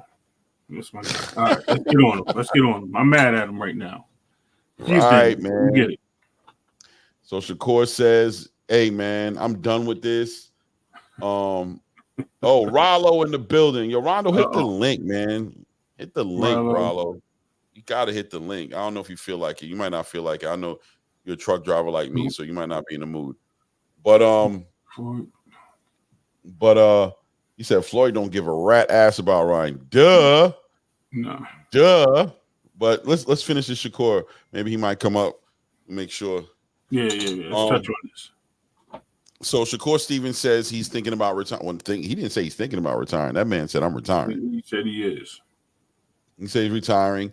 I think, looking over the situation, I think we can think of a couple of reasons as to why he's feeling that way. I got three. Yeah, he's definitely throwing a little hissy fit. He's very upset at it looks like Top Rank went around him and coordinated Navarrete and who's in Navarrete supposed to be fighting again? Shoot, my bad. I did it again. I Yeah, got it right here. Hold on, he's fighting. I got it right here. Just looked it up. Fighting. Just looked it up. Oh, right here. Yeah, they didn't even change the records yet. What's the name yet? But I got it right here. What am I? Oh, here, IBF. No, what is it? WBA or IBF? No, it's IBF. for the vacant WBO title. WBO. Right. Gave me WBO. Oh, I'm in the wrong division. Excuse me. Dennis Barachek.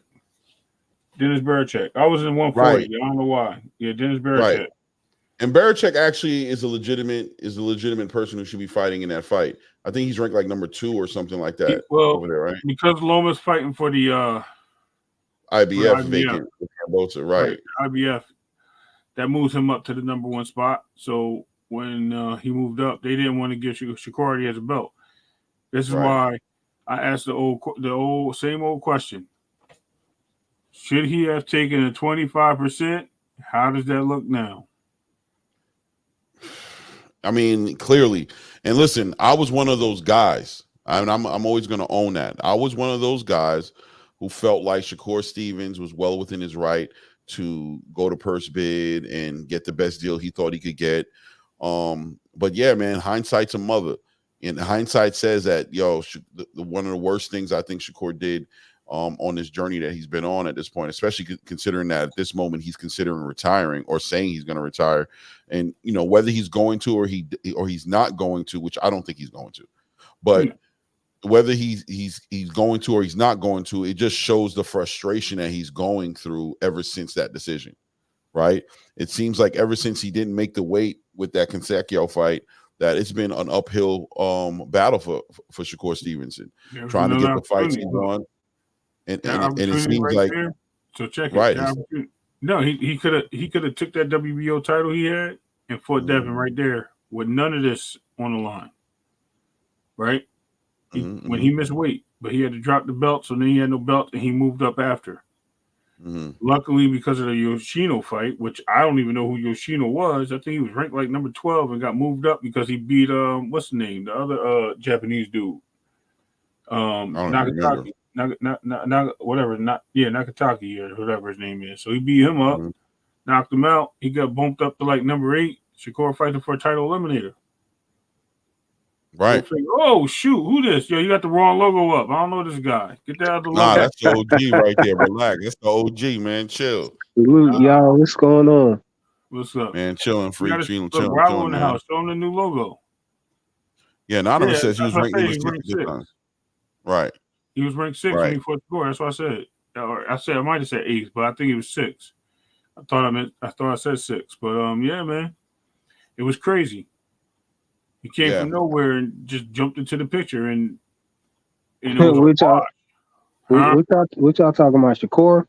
Yeah, we're definitely talking about Shakur right now and his mindset right now on boxing, how he feels about boxing right now, and kind of like giving him some ownership. Like, listen, he kind of put himself in this position by not moving differently in his career, in a way that would have helped him. And specifically, we're talking about a shot at the undisputed, right? Lightweight championship against Devin Haney. 25% means a lot now than it did then, don't it? Oh yeah, he probably kicking himself for that. That's probably why I'm kicking him from that. Yeah, everybody was on the fence of, he should ask for more. He deserves more. Listen, man. Yeah, an opportunity like that. Look, when you look at what he's going through right now, crazy. He was that confident. He would have got 4 belts. He could be fighting all these guys right now. He could have his pick of the litter. Right. That's how confident he was, right? Now look at him. Yeah. And Top Rank doesn't piss him off because he's at the end of his contract with them, and they're just like, we don't care, bro. It's almost like Top Rank's going to let him go. Yeah. You know why that's going on? You know why they didn't give him that fight? Because they probably tried to re-sign him early. I was thinking about that. He got one fight. They're trying to move him first, and he wants to test the waters. And they're like, "Look, we're not going to give you the fight. You don't want to test the waters." So they probably pulled that fight from under him. They're going to give him another shot, and they're going to move Loma into that spot because when Navarrete wins, if Loma beats Kambosos, which he should do, that moves Loma into the spot for unification with Navarrete. We don't know what Shakur is doing. Tank has the belt over there at Top Rank. What's going on? What are we really talking about? Yeah, but I thought Shakur was just, he was just being vocal about wanting to fight Navarrete. I didn't hear anything concrete or, sounding like he was going to get the shot. He was just being vocal about what he wanted. Absolutely. Right. So for him to act so disappointed that, it didn't happen, I don't know about that. This is how we got to look at boxing. Things are always placed for a reason. So the last guy he fought at 135 just fought Navarrete, right? Navarrete's moving up. That fight was made to happen for them two to fight. It was going to always be that way. For them two to fight because they're on the same card. It's timing, everything. Usually when you Top Rank moves their guys that way. Even PBC sometimes I put the guys on the same card and then have them fight later. It happens. So it was bound to happen. I just think that when you got this thing coming up, right? This contract, and then he's telling everybody on these social media platforms, yeah, I'm gonna go shop myself. I'm gonna do this. I'm gonna do that, and probably whispering something else in Bob's ear, or he's telling Bob, it could be either or. Bob, I don't know. I'm gonna go out there and shop myself. Bob's giving him advice. Listen, sign with us now, or we're not gonna give you the offer. We're not gonna give you the fight. I don't want you to take my belts and run somewhere else. Right? Right. We're gonna make this fight with you're gonna have two belts. You have to fight with Navarrete, you win. Then you go fight Loma. He has a belt. That's a 3-belt unification. We'll try to make the fight with Tank. That's probably what they were talking to him about. But he didn't want to stay there because he just felt like he wants to shop. He wants to see where the bread is. He's seen that bag. Actually, he's seen that bag Terrence got fighting at the PBC. Right. That's what it was. And now, wait, what was his situation? He had one more fight left, or was it time? He still got one fight. So now he got one fight left on the contract. Yeah, he retires. Guess what happens? Top Rank lets him go.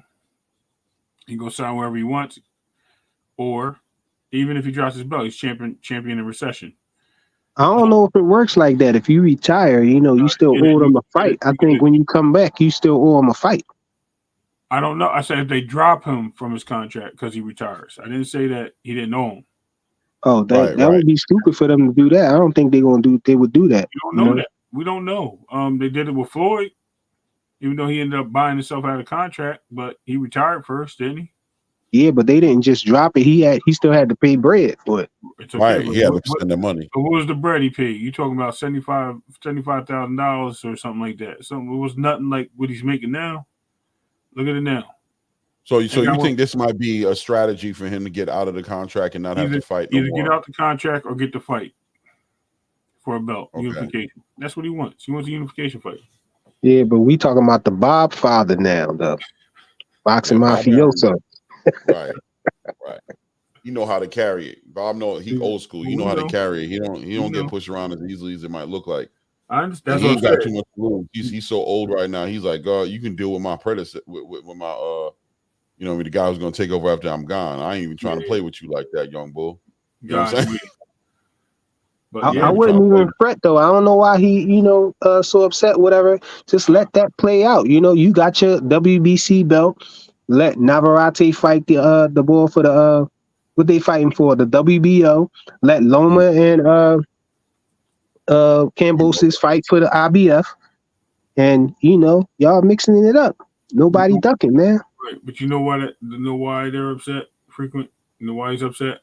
Because I'm telling you, behind the scenes there was some talks about him getting that fight for that belt. But now we have to look at it in a different sense.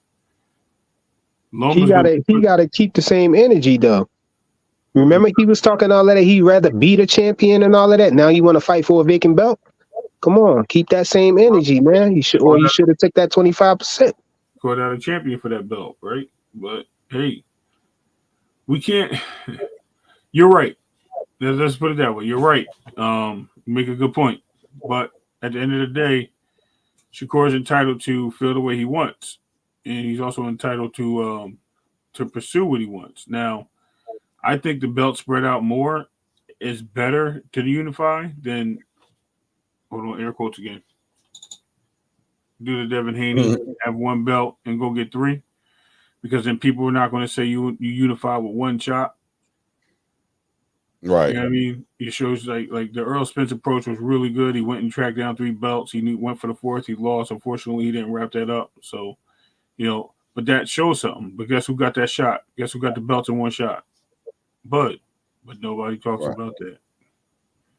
See what I'm saying?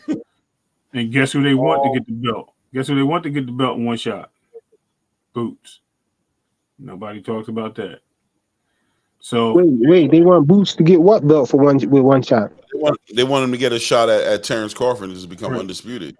Correct. In one shot, right? Oh, I see what you're saying now. Right. Nobody talks about that. So you think that's what's probably? You think that's what they setting up because the right? And Shakur had that opportunity just to do it in one shot. All of them, all 4. He ain't had to fight nobody else. Now, if Bob gets all these belts, guess what happens? He brings bread to the table. See, Bob's looking at it as a business and money acquisition. Shakur's looking at it as, I don't want to have to go through all these fights to get all these belts. So it's becoming a problem for him. That's what I'm saying. So Shakur's like, you're not going to troll me. You're not going to use me as a toy to, to narrate this. I want my shot. And it is what it is. You know what's crazy? I was literally saying this when he first moved on from the 25%, and all of this, the whole situation happened with him and Devin Haney moved up and everything, and people was trying to say Shakur did the right thing, because he got the WBC belt. Mm-hmm. But my whole thing was, he, like you said, he would have had all 4 belts in one shot, whereas now he got to figure it out with, it's probably going to take him maybe 3 years, at the least, to get, be able to get all those fights and get those belts, whereas he could have got it right then and there for 5% less. As they say, Right. They say, talking about he was smarter to go for 30%, instead of the 25%. Look at this. Now you want to retire now because it's the road looking a little harder now. Right. I don't know, man. Gotta keep the same energy, man. That's right. I think Shakur. I don't know. I appreciate the perspective though on him using this as a chess piece to get up out of from under Top Rank, but either that or a title shot. It's one or the other. Right. He's trying to manipulate his power right now to get what he wants at the end of the day. I think that he put himself. I think that Edwin De Los Santos fight put him in a bad position more than he wants to admit and own up to. Right. And he has to understand that fight right there, compounded by him not taking that opportunity at Undisputed and letting that run away from him, letting that get away from him right out of his fingers. You know what I'm saying? Like water in his hands, just right through his fingers. That was an opportunity for him to level up, and he didn't. And at this point, I think he needs to understand that there's going to be some work involved on his side. Because from his perspective, it seems as if he feels like I've already done the work. I'm the champion, WBC champion. Even though I've had this bad performance, I still did this work. But no, brother. Like Ray said, you're only good as your last fight. And your last fight says a lot of people don't even think you deserve to be champion. Right. A lot of people feel like, you know what I'm saying? Like that belt around your waist was a gimme. So he has to be ready to, I don't know if they've offered him fights, you know what I'm saying? And he just doesn't like the fights, but he needs to do something to redeem that momentum that he lost. And I don't think there's no getting around it, but we'll see. Correct. I don't think the Bob father got a problem with him sitting on the shelf like that, Correct, because he's done it to other people. It ain't like he no big cash cow or nothing like that, It's just Shakur, man. Right. You funny freak. Right. You funny. Yeah, it is what it is, man. We've been going on almost about 2 hours, so I don't know if you guys want to keep going. Is there something else that we didn't cover? All right, let's get it. It looked like you had an hour and a half. Right. Somewhere around there. We got some time. Wait, before we move on, I think it need to be said that this whole thing might be a publicity stunt, though. You know, it might be. It might not be real. That's what I was thinking. 100%. 100%. I think one way or another, it is a publicity stunt. I'm confident. Matter of fact, one way or another, because I'm gonna tell you what's not happening in my opinion. I need to see more before I'm convinced. I don't believe he's retiring in real life. Listen. That's just not happening. So he's doing this. A publicity stunt is almost like a high probable chance that that's what this is. Right. So we'll see how that works. Out for Shakur Stevenson, and also combined with the fact that it seems like, his grandfather. I don't know. I think that played a part too, man. Believe it or not. You think? Yeah. Really? I think because it's embarrassing when you're trying to stay quiet and under the radar, and then that happens, man. That's like, it's like, all right, now I just told everybody I'm gonna stop talking. I'm gonna do this. I'm gonna stay behind the scenes. I'm gonna roll on the boxing, and then you get the Bill Henney effect from Papa.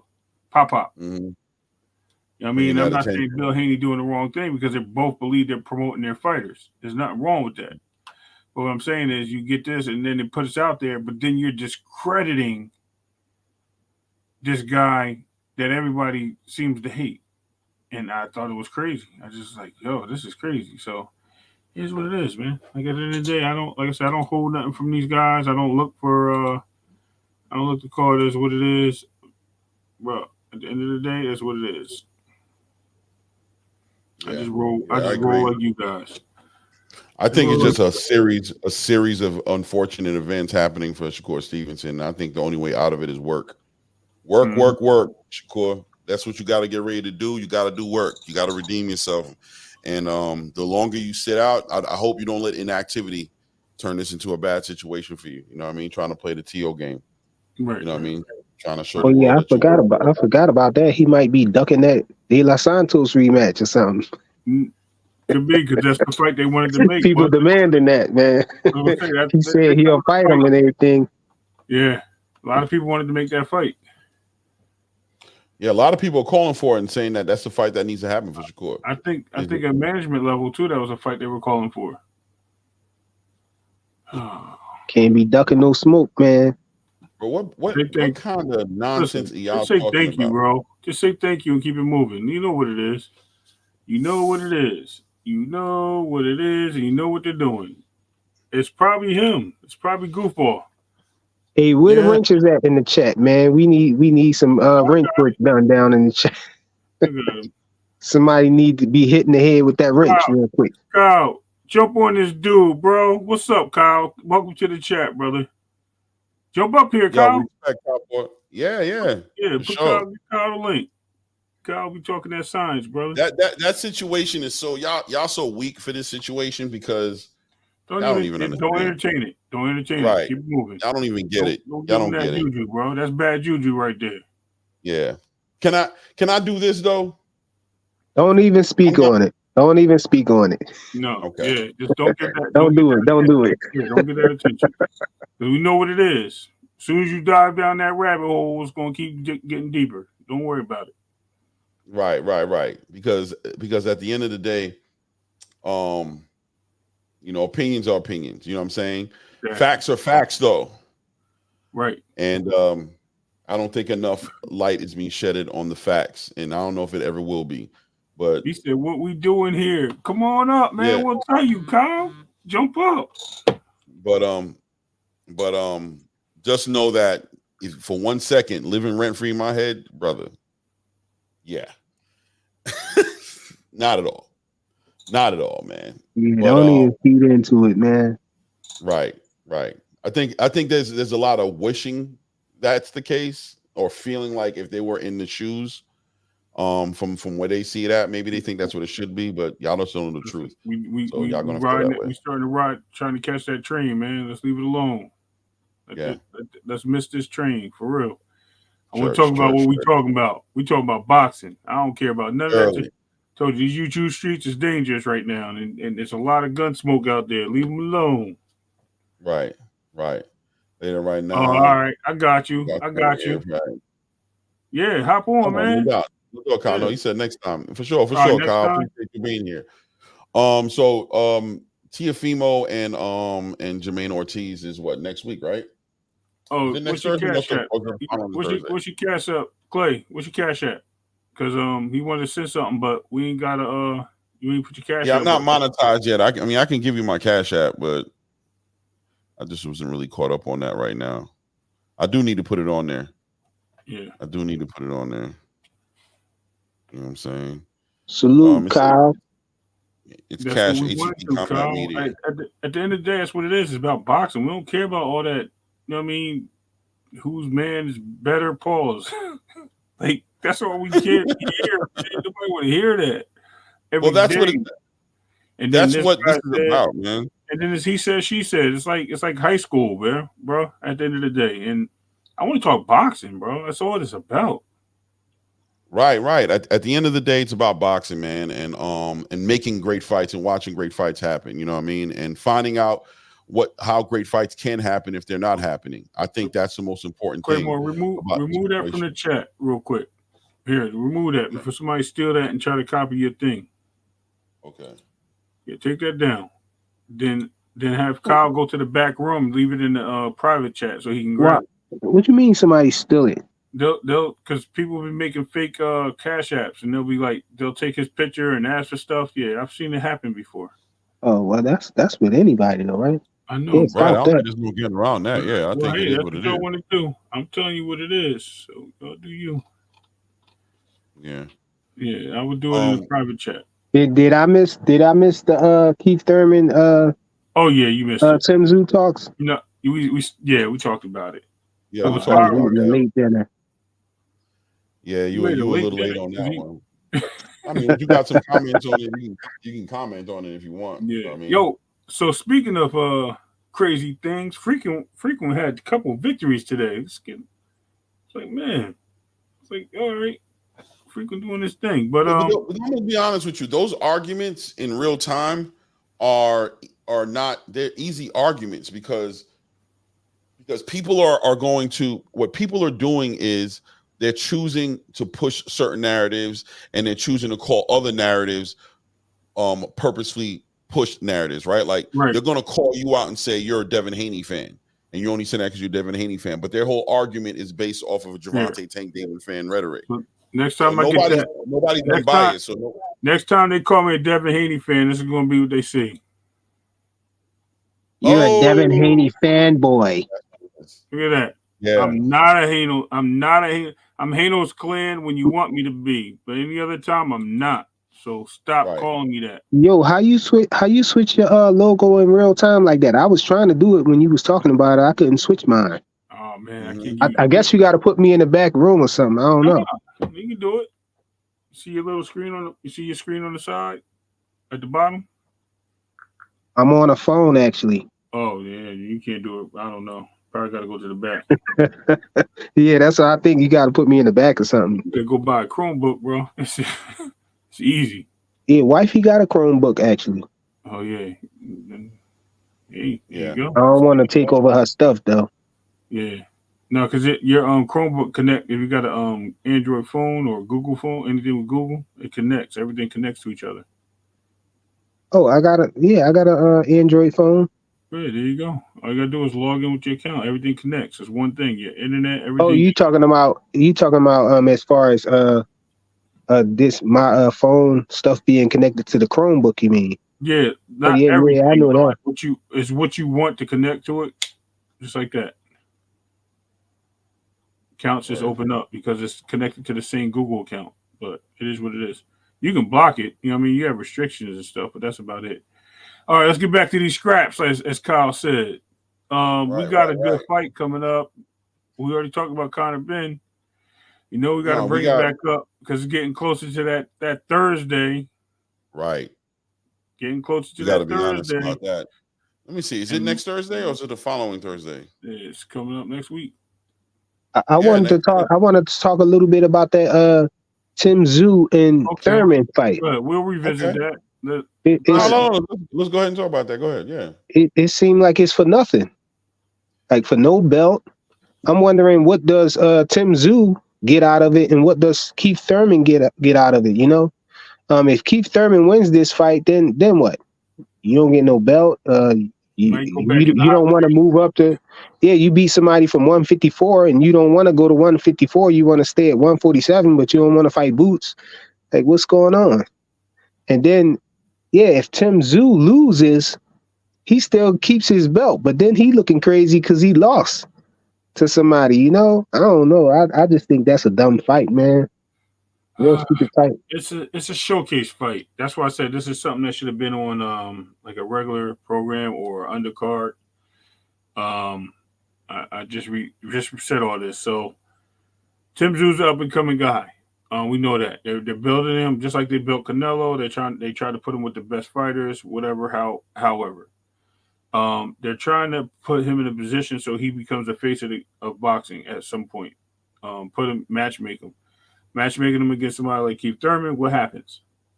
He beats Keith Thurman, even though we know what happens. Keith Thurman is going to put on a performance. We already know that. You know what I mean? It's just until he gets rocked. Keith Thurman hasn't been in the ring in a long time. He'll surprise me if he wins this fight. I'm not going to lie. The question is, do he get credit though? Yeah. You know, people going to be looking at him sideways because he fighting somebody from a lower weight class at a catch weight. It doesn't matter. You know what? I don't know. I don't think he really gets a lot of credit for that, man. And it's Keith Thurman too. We do give Keith Thurman credit for beating Barrios when he moved up. Do we give him credit? I don't care about that. Yeah, I don't care about that. I give him credit. You got two people fighting in the weight class, though. You had two people fighting in the weight class, though, at 147. Here you have two people from two different weight classes fighting at a catch weight.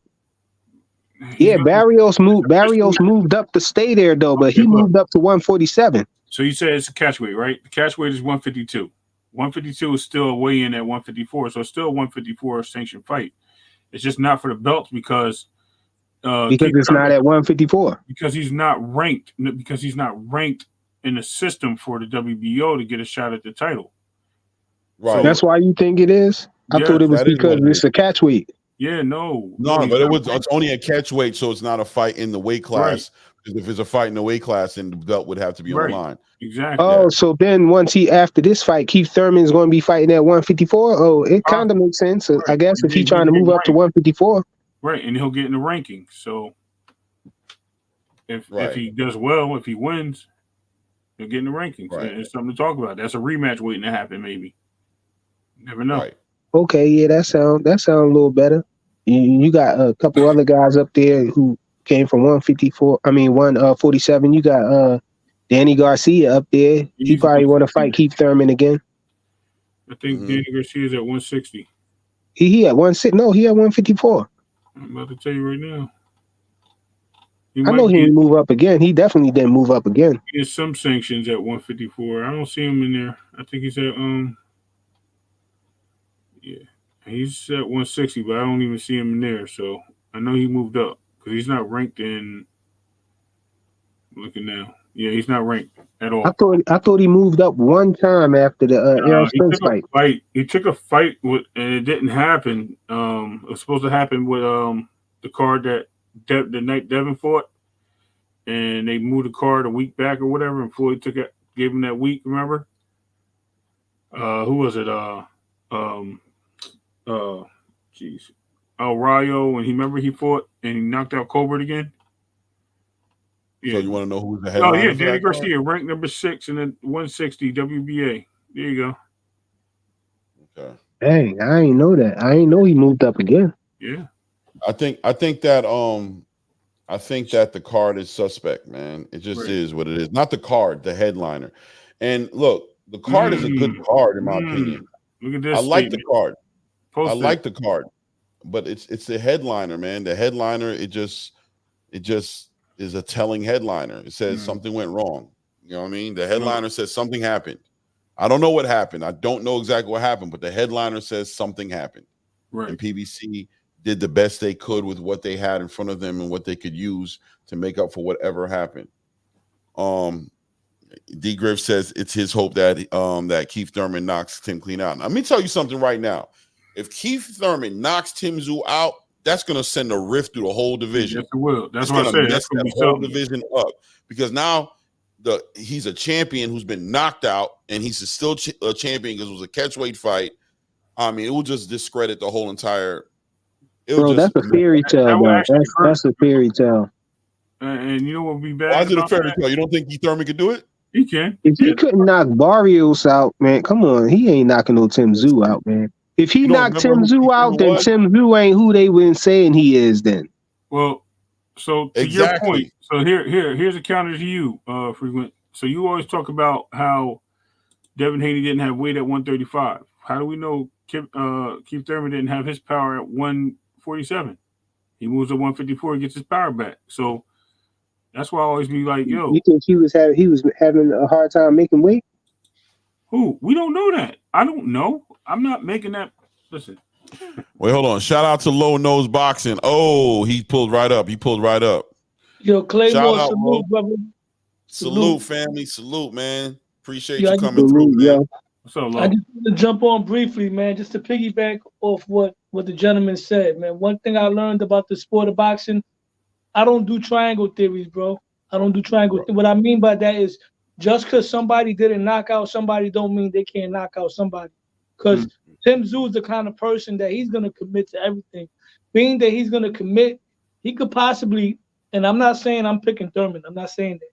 What I'm saying is it wouldn't shock me if Keith were to knock him out. If we caught him with something coming in, because Keith does punch. And I'm rooting for Keith because these are the type of wins that makes you from a Hall of Famer to somewhat of an all-time great. The wins where there's a level of danger, where people think that you could actually lose, and everybody thinks he's going to lose. So because of that, I'm rooting for Keith because I really would like to see Keith fight, a Bud Crawford or a Boots Anderson, one of those guys. You know what I mean? Yeah. Oh, that's a good take. If he win, you think that'll give him confidence to fight Bud or Boots? Because he definitely ducking Boots. Yeah. Everybody ducking Boots. But Boots is a problem. I mean, why not? If he knocks out Tim Tzyu, the fact that he's getting in the ring, I'm pretty sure Keith got confidence. Whether that's gonna turn into an actual win is another story. But yeah, if Kangaroo ain't feeling that.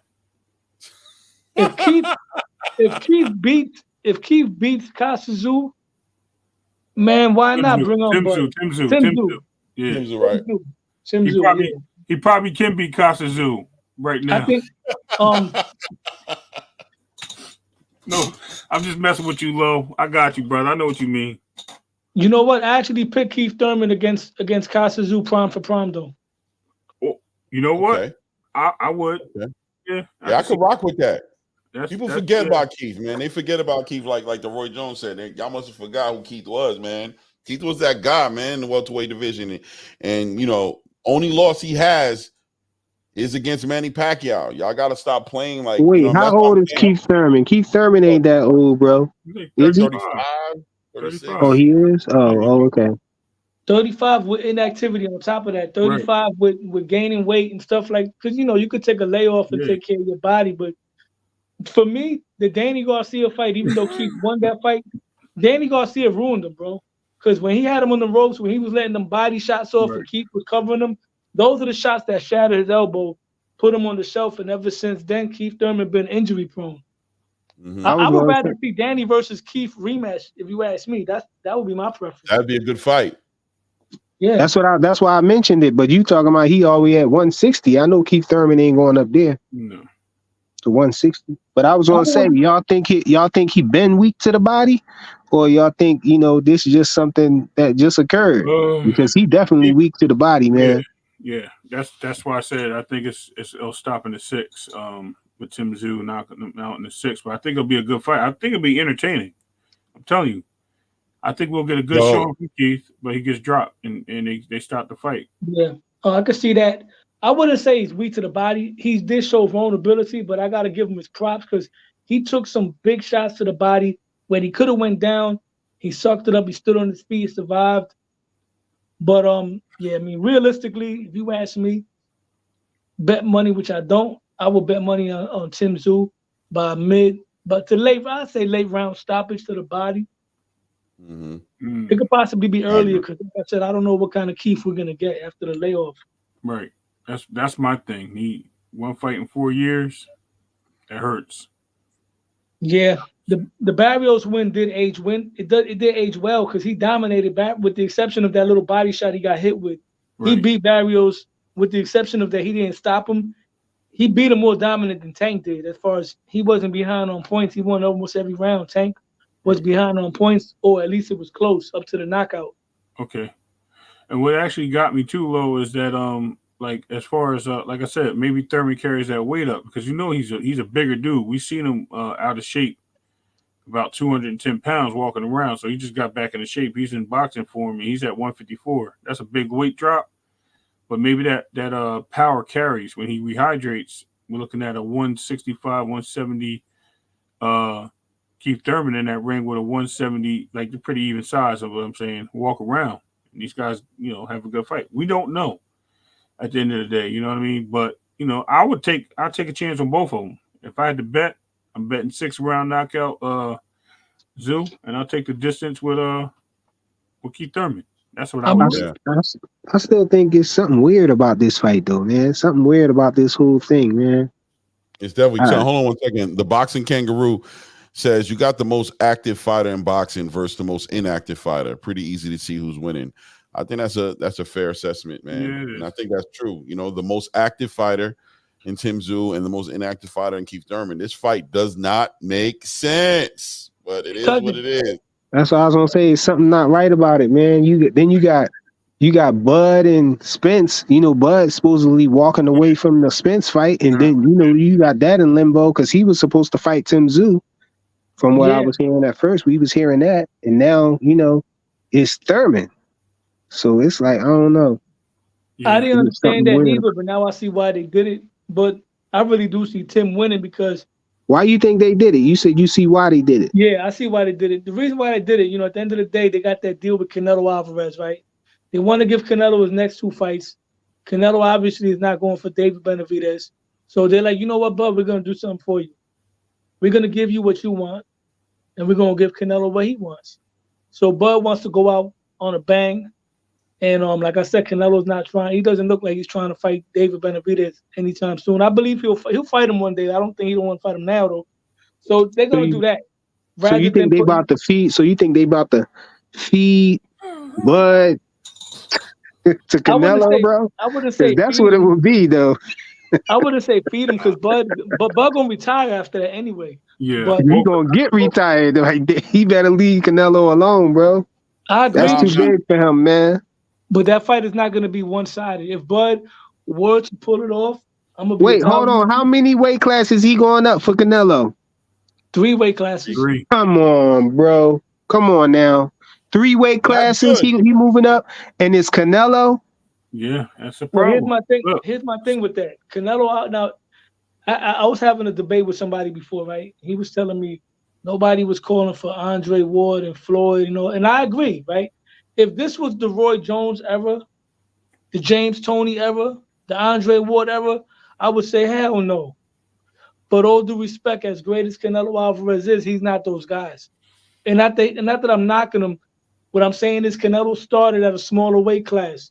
He's a transitional 168 pounder. He's not a natural 168 pounder.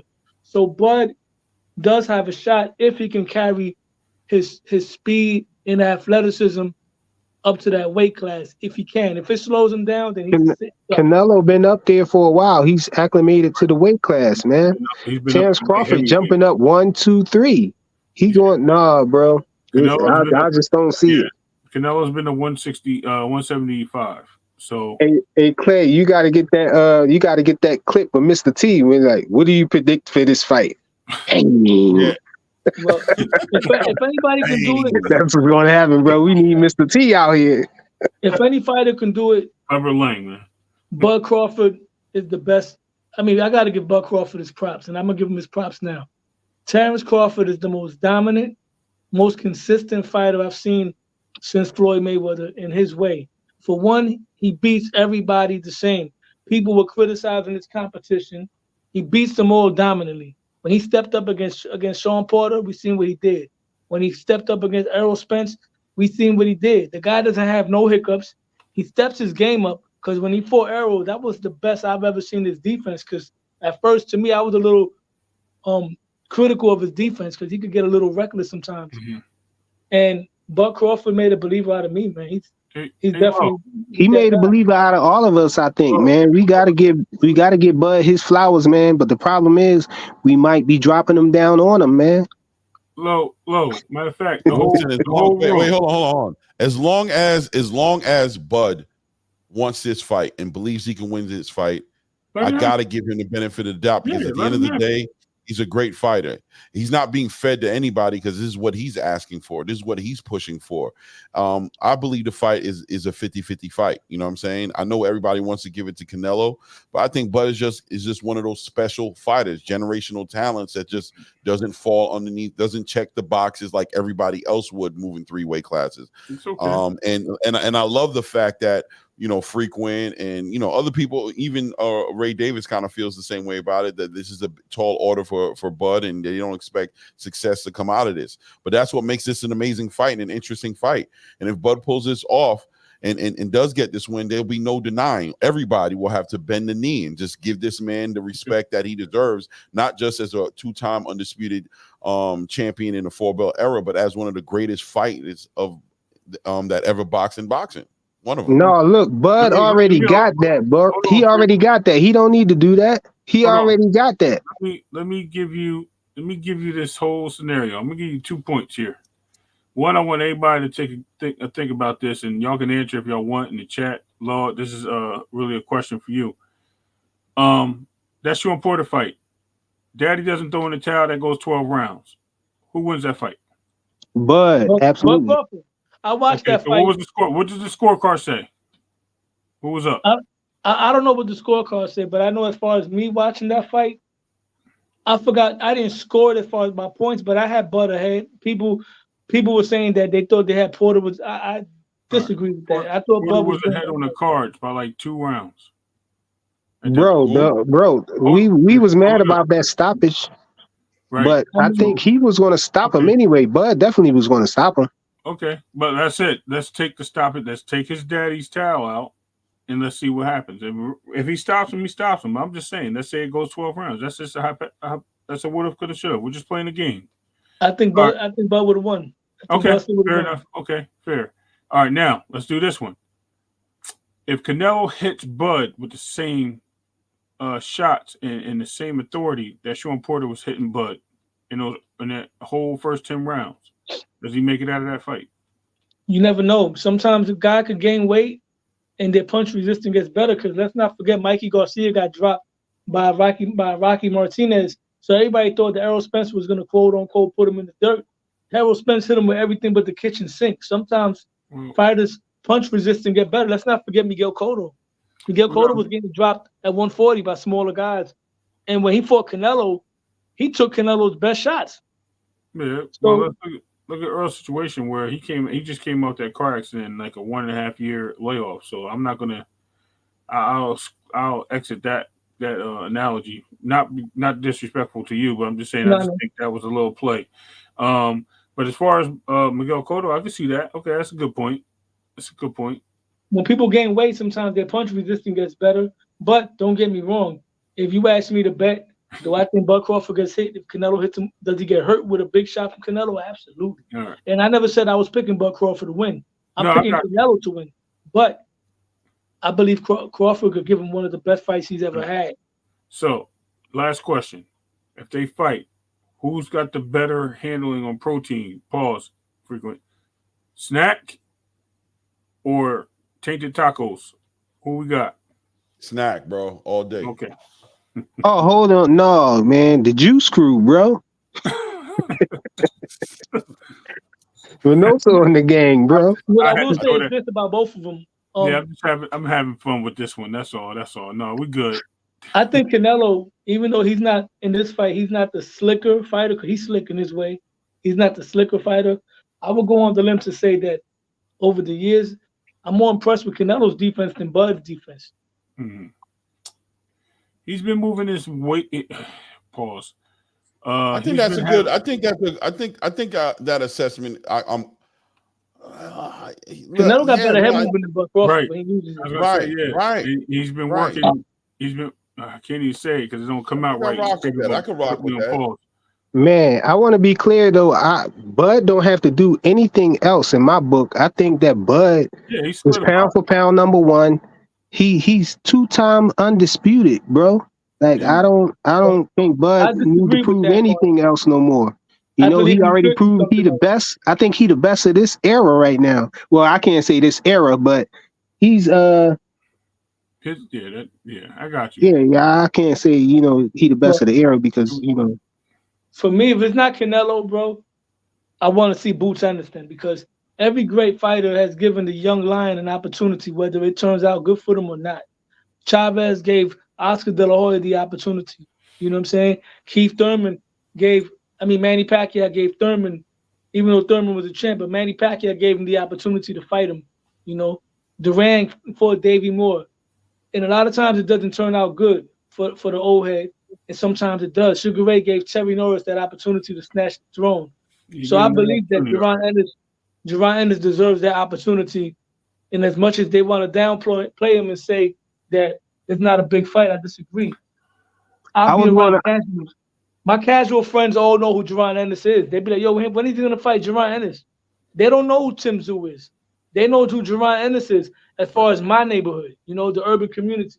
They know who he is. This is a fight that I think would do good numbers. I don't know. I'm not a numbers guy, but you know, it's not going to flop in my opinion. Lo, I wanted to ask you a question, Lo.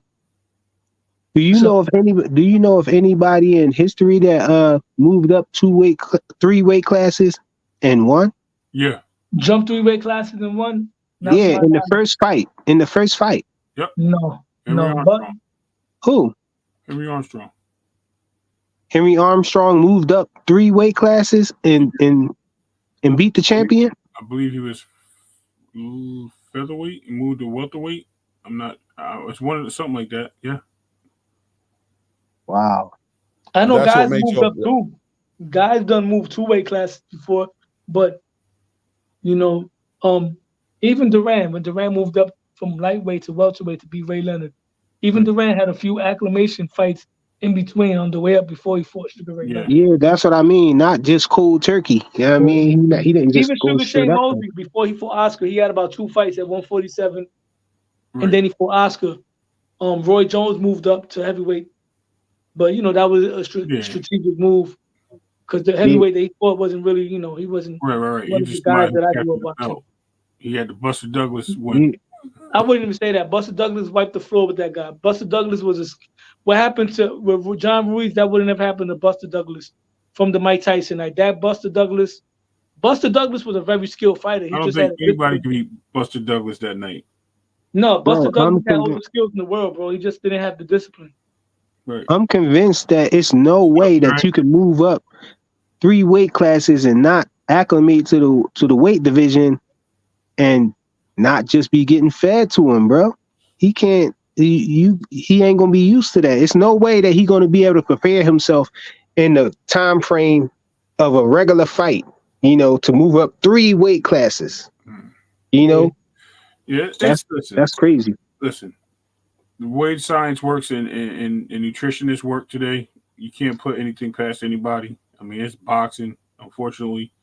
So, I mean, this guy's probably walking around close to the weight anyway. So, what does he have to really lose? And he keeps his power. So, it's possible. You know, we don't know. We don't know exactly what will happen. But, hey, that's why it's boxing, brother. That's why we dream of the big fight. So, yeah. And also, that's also why it's just that from Bud's perspective, acknowledging everybody saying nobody's ever moved up 3, you know, being a 3 weight class undisputed champion. All these a salute, Big Dre, salute. You know, all these accomplishments that are in front of him, fighting Canelo Alvarez and even getting ready to leave and being able to retire after that fight. He has nothing to lose. Going up there and fighting Canelo is a win-win for him. He goes out on his shield against, you know, one of the best that's ever done it, or he beats him, bro, and he goes in the history books as the guy. You know what I mean? and he Big does it. Dre. I'm for it. I'm all for it. You know, I'm gonna sign off, fellas. I just got back from work, man. I gotta get up in the morning. Pleasure to be on the platform again, man. We'll chop it up. Pleasure hollering at all you guys, man. You know, y'all can also check me out too on YouTube as well. You know, Low Nose Boxing. I'm gonna put your address in the thing right now for you. Yo, Claymore, have a good one, man. Yo, we had a good talk earlier too on Mill City's live. Yeah, that was good. That was good building right there. I appreciate that, man. Yeah, say less, man. Y'all have a good one. God bless. I'm out. All right, peace. All right, man. Salute. Big Dre, what's up, man? Big Dre up in here. Will Bigelow. Canelo was getting pieced up by Ryder. He ain't got no good defensive skills. He got a granite beard. I think when Canelo needs to be defensively responsible, he knows how to do it. I think against John Ryder that he decided he was going to fight that way. He just kind of didn't have respect for John Ryder. Right. I think he gets in the ring with the right opponent and he fights the way he's supposed to fight. Or he can fight the way he's supposed to fight at least. Will he? Even with Bivol, he had better movement, you know. So, but, yeah, definitely. Bivol, not Bivol, Bivol. Let's say it correctly. Armstrong also Serafino Garcia 160, but he was robbed. So the answer is no. Okay. Let me put this. Okay. Thank you.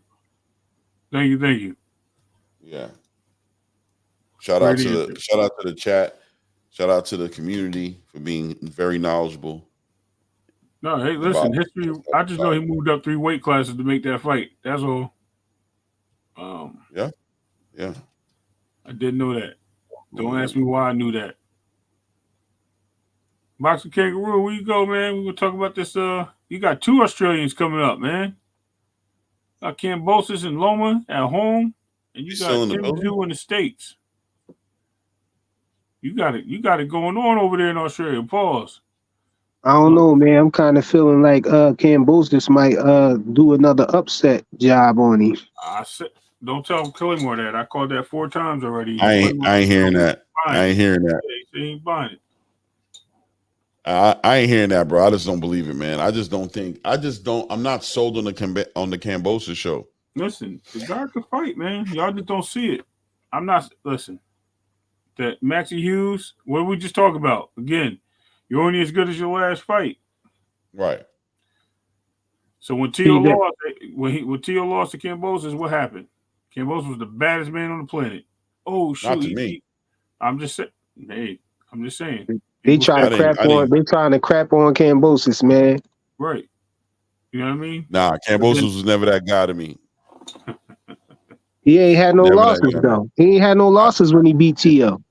I feel you. He just wasn't hitting me. I just seen the way he boxed, and I just didn't see it. I just didn't see him competing against real athletic people like Devin Haney. Like, you know what I'm saying? I didn't see it happening. Devin Haney's a different fighter, bro. What you trying to say? Tio wasn't athletic? Huh? Tio was athletic. He might be more athletic than Devin Haney. Yeah. He had a horrible night, man. And we know that. He had a horrible night. How you know Cambosis ain't make that night horrible, bro? Out of 10 times, how many times has Cambosis beat Tio, bro? Listen, probably like 7. Yeah. I'm gonna say probably all. What did 10. You say? You said Cambosis beat Tio 7 times out of 10? Probably all 10. Yeah, because Tio black from the waist down. Not a worse. Y'all the worst. Yeah, bro. Yeah, he losing 7, bro. Wow. Bro. Y'all wilding, bro. Can't believe we said that. Come on, man. We don't see y'all just going by assumptions, man. We never saw Tio beat him before. So how we just want to even assume that he could beat him? You're right. I mean, we got to deal with reality at some point, bro. A blind squirrel finds a nut every once in a while, and Freak was on fire right now. Let him leave him alone, bro. He right. Yeah, man. I'm listening, man. I understand. You're right. At the end of the day, Cambosis got it on the record, bro. But I'm sorry, bro. The eye test got him in the ring. It wasn't no record. Come on, how many times he dropped Tio? Twice, bro. That wasn't no luck, bro. Ain't no such thing as luck for real. I'm not saying it was luck. I'm saying that Tio had a horrible night. You know what I'm saying? Like he what was wrong with him? He ain't had no air in his lungs, bro. Well, supposedly he had some with mental health issues. Some mental health issues dealing with a wife. His girl left him. Was that the other one? His girl left him. and his dad was drunk in the corner. COVID. His mom, his dad. Excuse me. The dad was a drunk. You know what I mean? So let me not say that. Let me put that out there. I don't know that man like that. But don't say that. Don't say that. I can say that, but you can't say that. Bill said he switched bars. I don't know. Bill crazy though. Bill crazy, man. Yeah, Bill kept it 100. He could say that. You know what I mean? I ain't gonna put that man out there like funny, that. I don't know that man like that. Yo, Bill Haley be doing some funny skits, bro. But anyway, you know, wow. Real Bill. Listen. Bill know how to get these people. He know how to stir that pot, man. And he don't care. He do it like a pimp. And that's why people people don't like him. Look, I think he crazy for doing it. Yo, man, they don't understand how you make a fight. See, think about that. He doing all of this stuff. He making people mad. He said this about that one, that about that one. And then if they ever get the fight, it's always going to be that backstory. It's going to build the fight, bro. If he ever fight any of those guys who we talked about, then it's going to be a big fight because you got a backstory to it. I think you be writing his plans out. You worse than me. What they say? No, everybody trying to be on this kumbaya, whole hand stuff, man. It's pugilism, man. You don't supposed to talk nice about these dudes. You supposed to tell them you gonna knock them out. Tell them they ducking. They ducking, bro. The more and more time goes by, the more and more I listen to that mantra that they have. Everybody says everything except let's fight, man. You know, if you're in a boxing game right now. You in the boxing game, right? If you want to shut somebody up, this is the game to shut somebody up in, bro. Exactly. You put the contract out there and you fight and you shut him up, and nobody's trying to do that, man. And it's getting to the point to where it's like frustrating and annoying to see it because everybody got so many reasons as to why this dude don't need to be fighting nobody or nobody don't need to be fighting this dude, but y'all always want him to shut up. Y'all can't stand him talking. Yeah, man. To be real, man, Devin Haney don't need to be fighting nobody else but Tank. Tank don't need to be fighting nobody else right now but Devin Haney. But man, I don't know what they doing in these boxing streets, man. Look, I don't want to talk about that fight because it's a weight class issue, and I know. I just was saying that people extra sensitive about going back and forth between the boxers. It's the fighters, man. They talking about the fighters. So I don't know, man. Muhammad Ali called Smoking Joe Frazier a gorilla, bro. And that made Joe Frazier step his game up for the fight in the fight. Didn't he break his jaw or whatever? Yeah. Didn't he win the fight? Yeah. Yeah.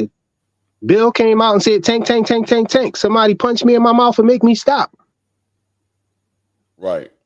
Ain't nobody punch him in his mouth. Right. Somebody pushed him and told him to come to the bathroom or whatever. But we were doing so well. We were doing so well, Claymore. Oh yeah, let's stop. Yeah, we going off on a tangent now. It don't matter, man. Like, I don't mind the conversation. I don't mind. I'm just laughing because there's no channel that can. This guy is the most talked about guy. Both of them, they're the most talked about two people in boxing, and everyone thinks that someone's capping on somebody else or someone's hating on somebody else. Bro, it's just what they are. And I'm just laughing because they talking about, he tearing down fighters. Fighters supposed to tear down other fighters. This pugilism, man. We ain't holding hands. What he supposed to give them compliments? Supposed to tear them down, man. Tired of this weak stuff running around in here, man. On these boxing streets. People really just get caught up. It's like social media. People getting their feelings because they feel like social media is like bullying.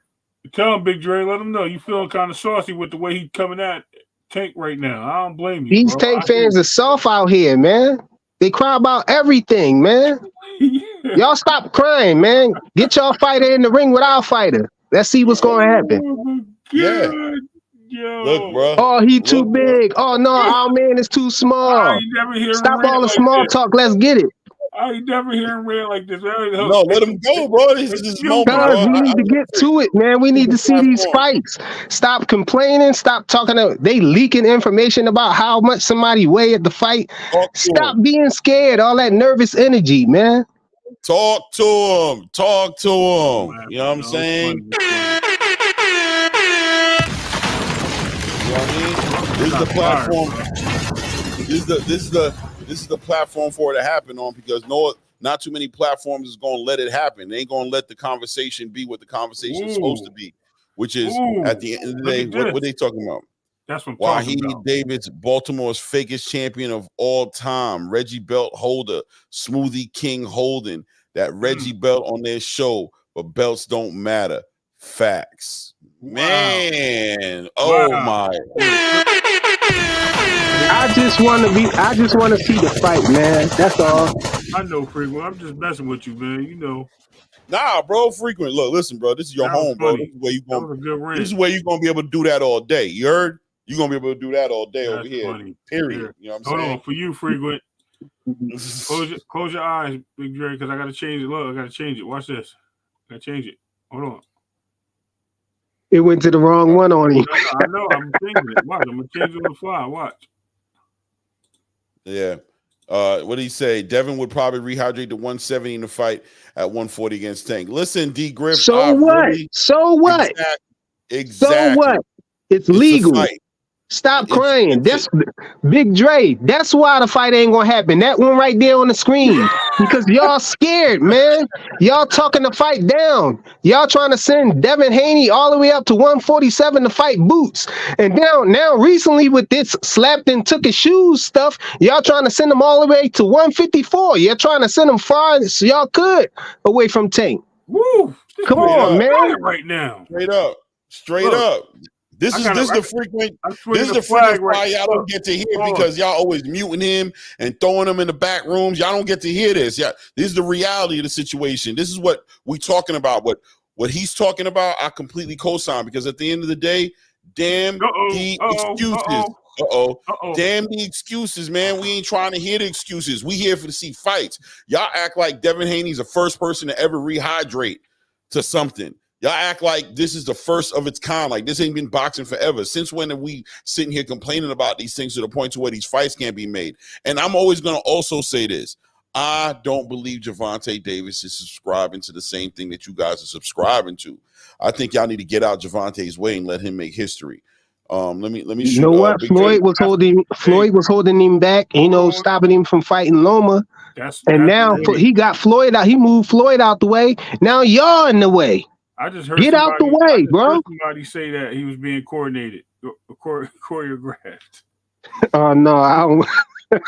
The choreograph thing with that. I don't even want to. I just heard it through the grapevine, man. Well, look. Salute. I don't even want to talk about that. Right, because that's my guy. Mill City's my guy. I ain't talking about him. I just said I heard. I know, but you can't bring this up without. This is another channel talking about that. I don't think neither one of them is choreographed. I don't think neither one of them was. You know what I'm saying? I think those was just that was a mistake to use those words. I don't know what made those words come out. I think that was a mistake. Neither one of their careers is choreographed. But I know Floyd was seemed like he was trying to age out Loma. I was kind of hesitant to say that, but hey, man, the truth is the truth of what I believe happened. From what I was seeing, it seemed like he was steering them away from Loma. But I know Tank ain't scared of Loma, though. Tank. I know Tank ain't scared of Loma. So I would never say that. He ain't never showed me that he was scared of nobody. So, all right, Big Dre's in the building. Salute, Big Dre. I know he about to come in and tell us why they don't need to fight. You know what I mean? And that it's he about to tell us Devin Haney too big. Tank too small. He about to talk down on the fight. Great talk. We already know Devin Haney got slapped and his shoes got took, so he need to go to 154 and go fight Lubin. Yeah. Go ahead, Dre. Salute, Dre. Listen, I'm big tired. I just got out of class, and I had to drive an hour and a half to get home. So I figured I was going to listen for a few minutes and just go to bed. Frequent fire saw my name and started jumping down my throat for something I haven't even said. Pause. Now wait a minute, Frequent. You got to remember, I said I defend the position, not the person. The position, not the person. Because I don't think Tank's scared of nobody. And, he can get in the ring with Devin anytime they decide that they want to do it. Okay? I would love to see the fight. There is nothing I would rather see than that fight. Okay? So don't get it twisted. Now, I think if they decide they want to get it on, they can get it on.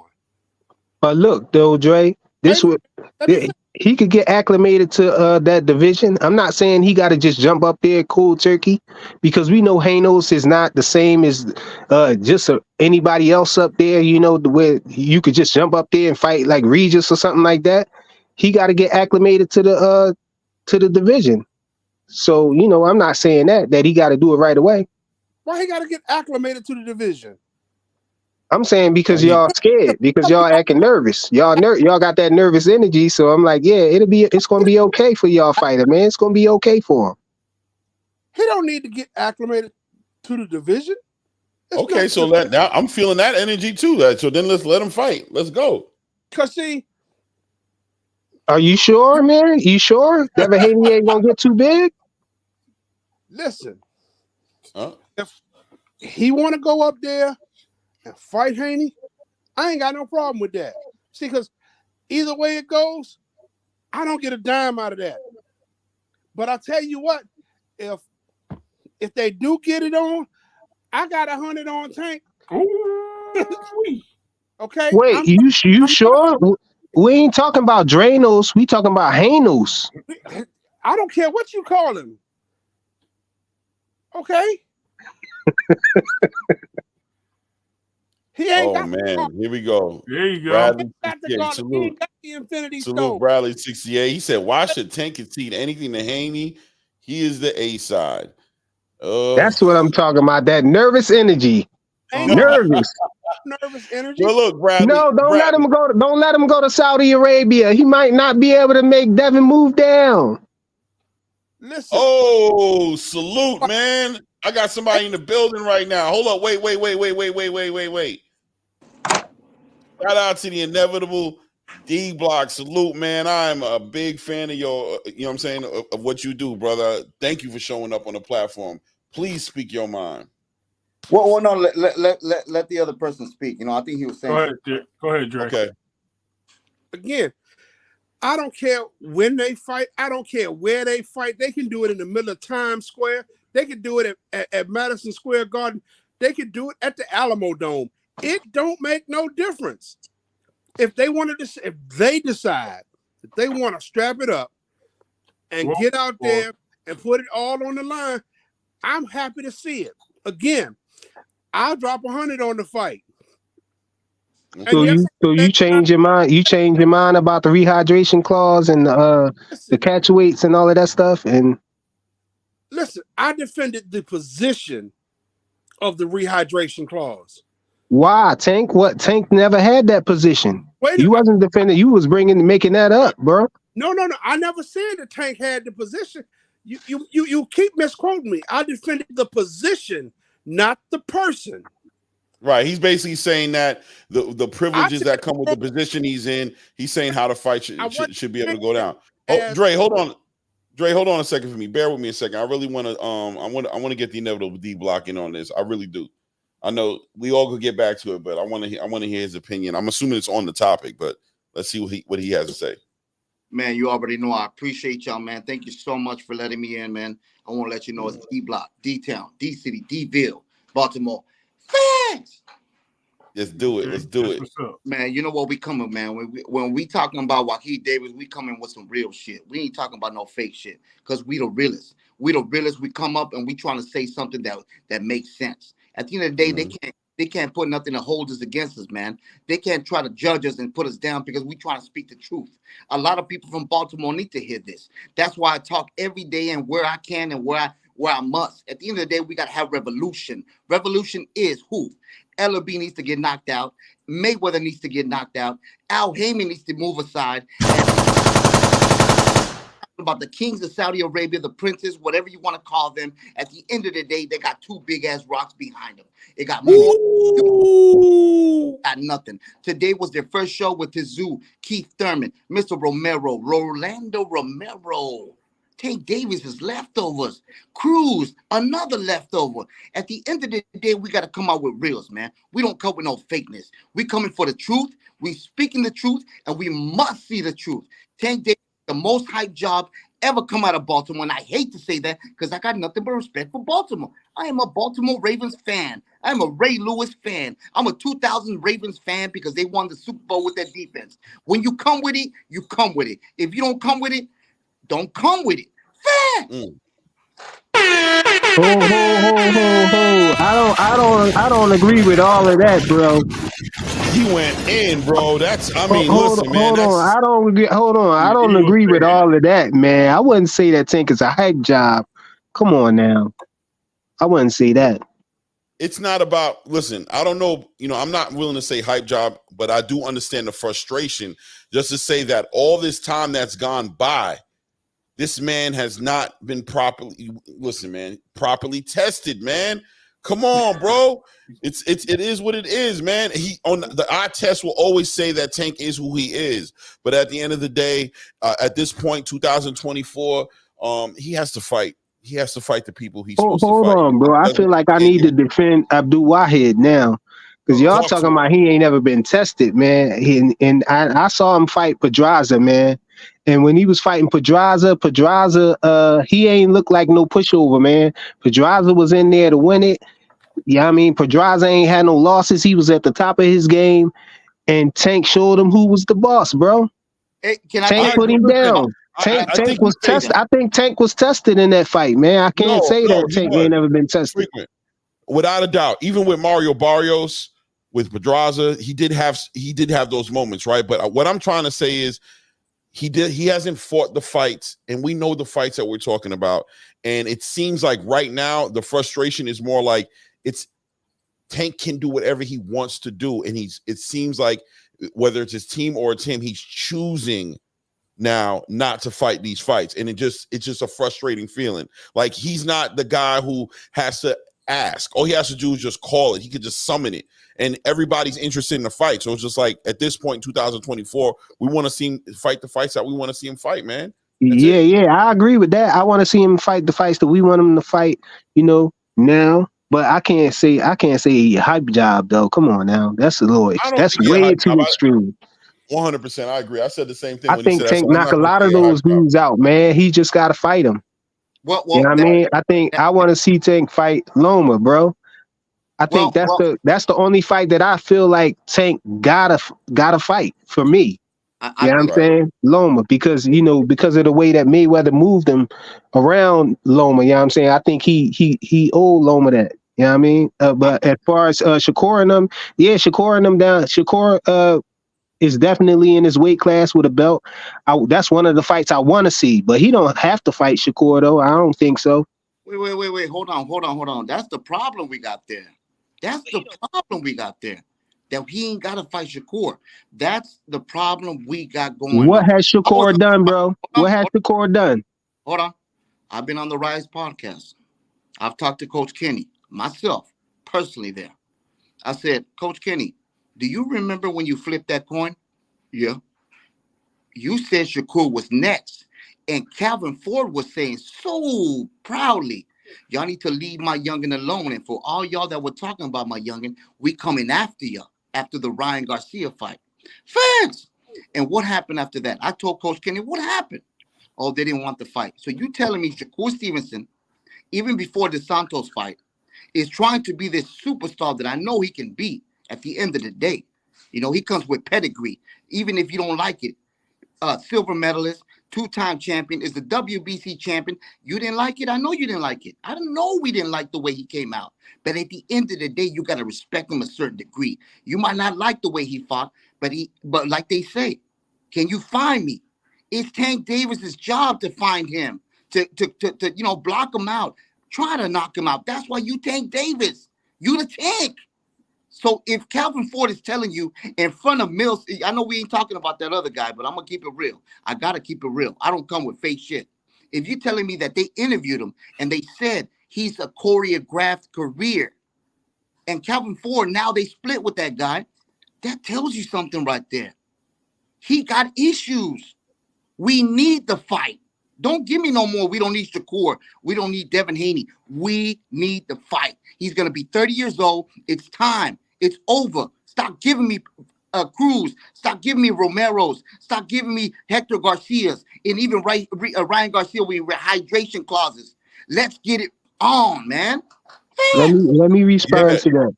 Let me respond to that. Let me say one thing, Freaking, right quick. I swear, like 3 seconds. Bradley 68. Salute, brother. I understand how you feeling about Tank. I'm trying to tell you guys, off the eye test, I know Tank is him. He's really him. I believe it in my heart, right? I'm not hating on that man. It might sound like I am, and that's cool.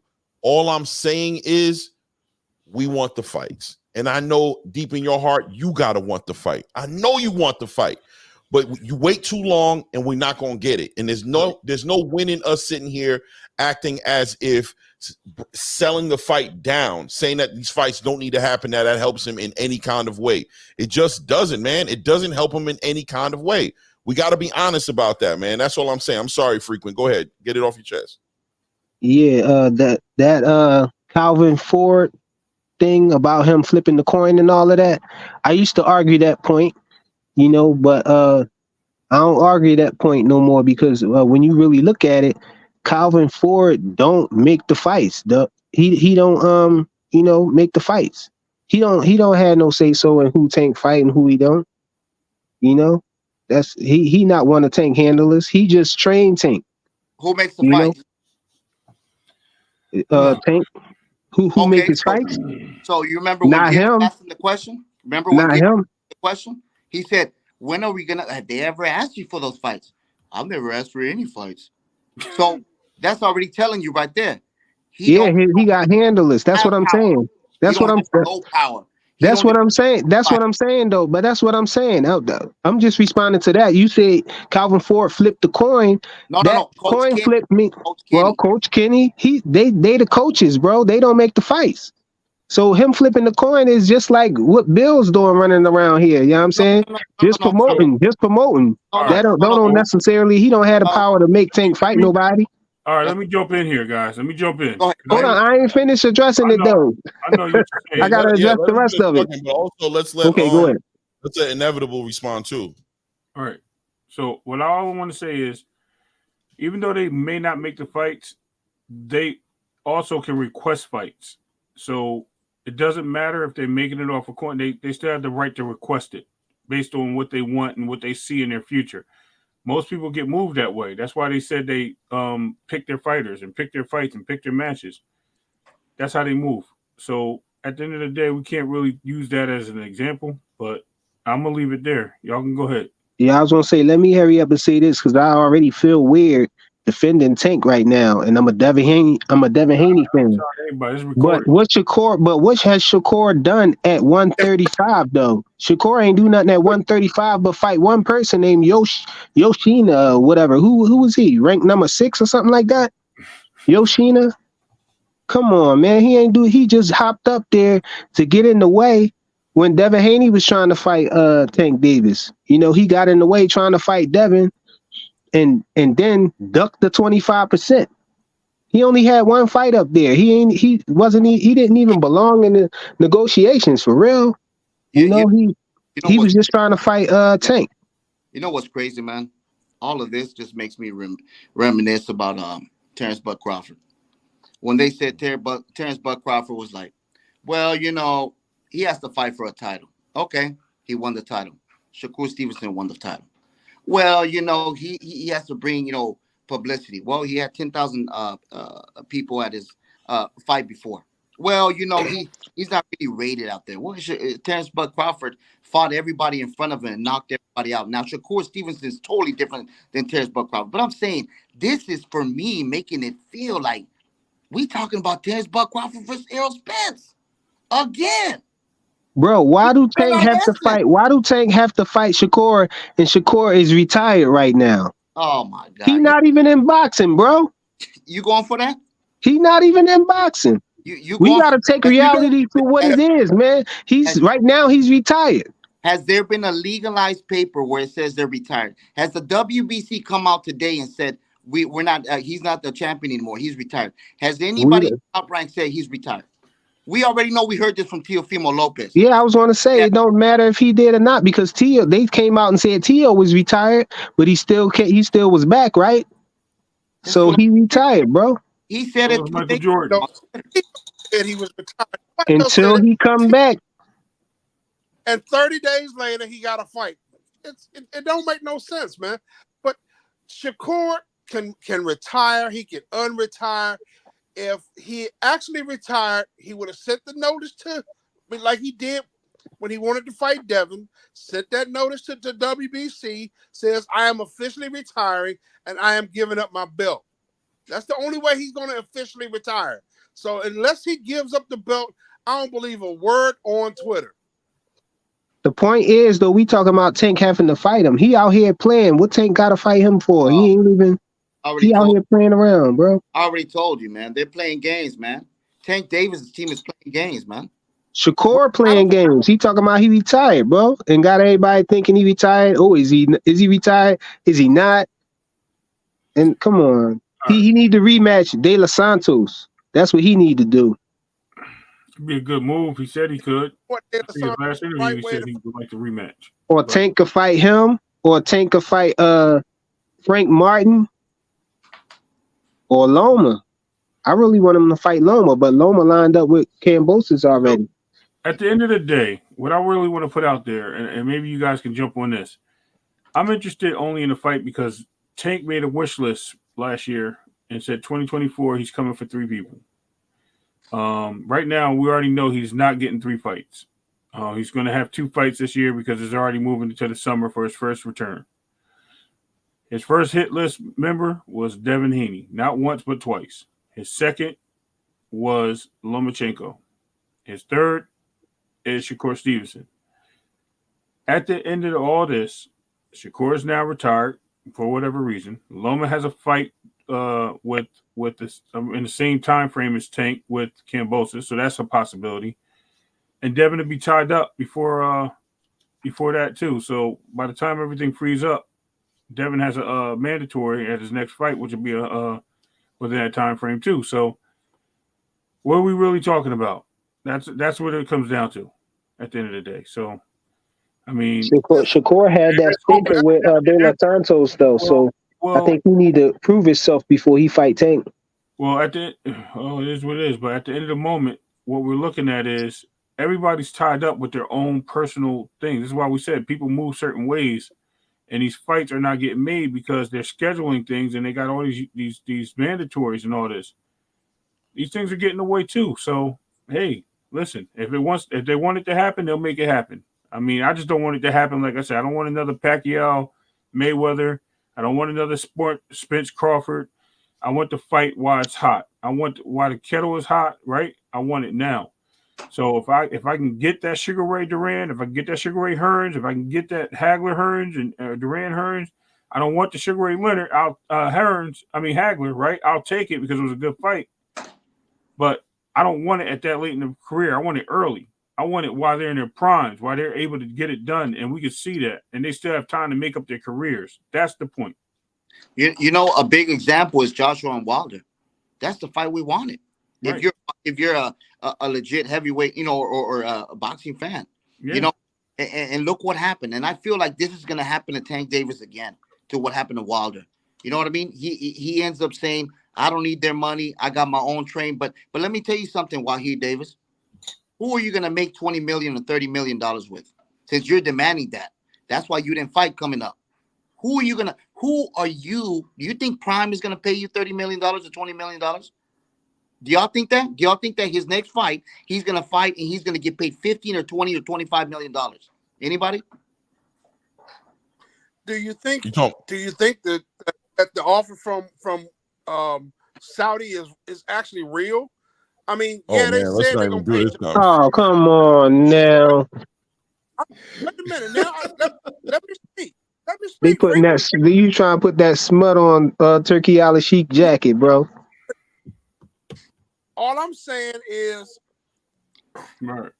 Anthony Joshua and Francis Ngannou they talking a split of $70 million between the two of them.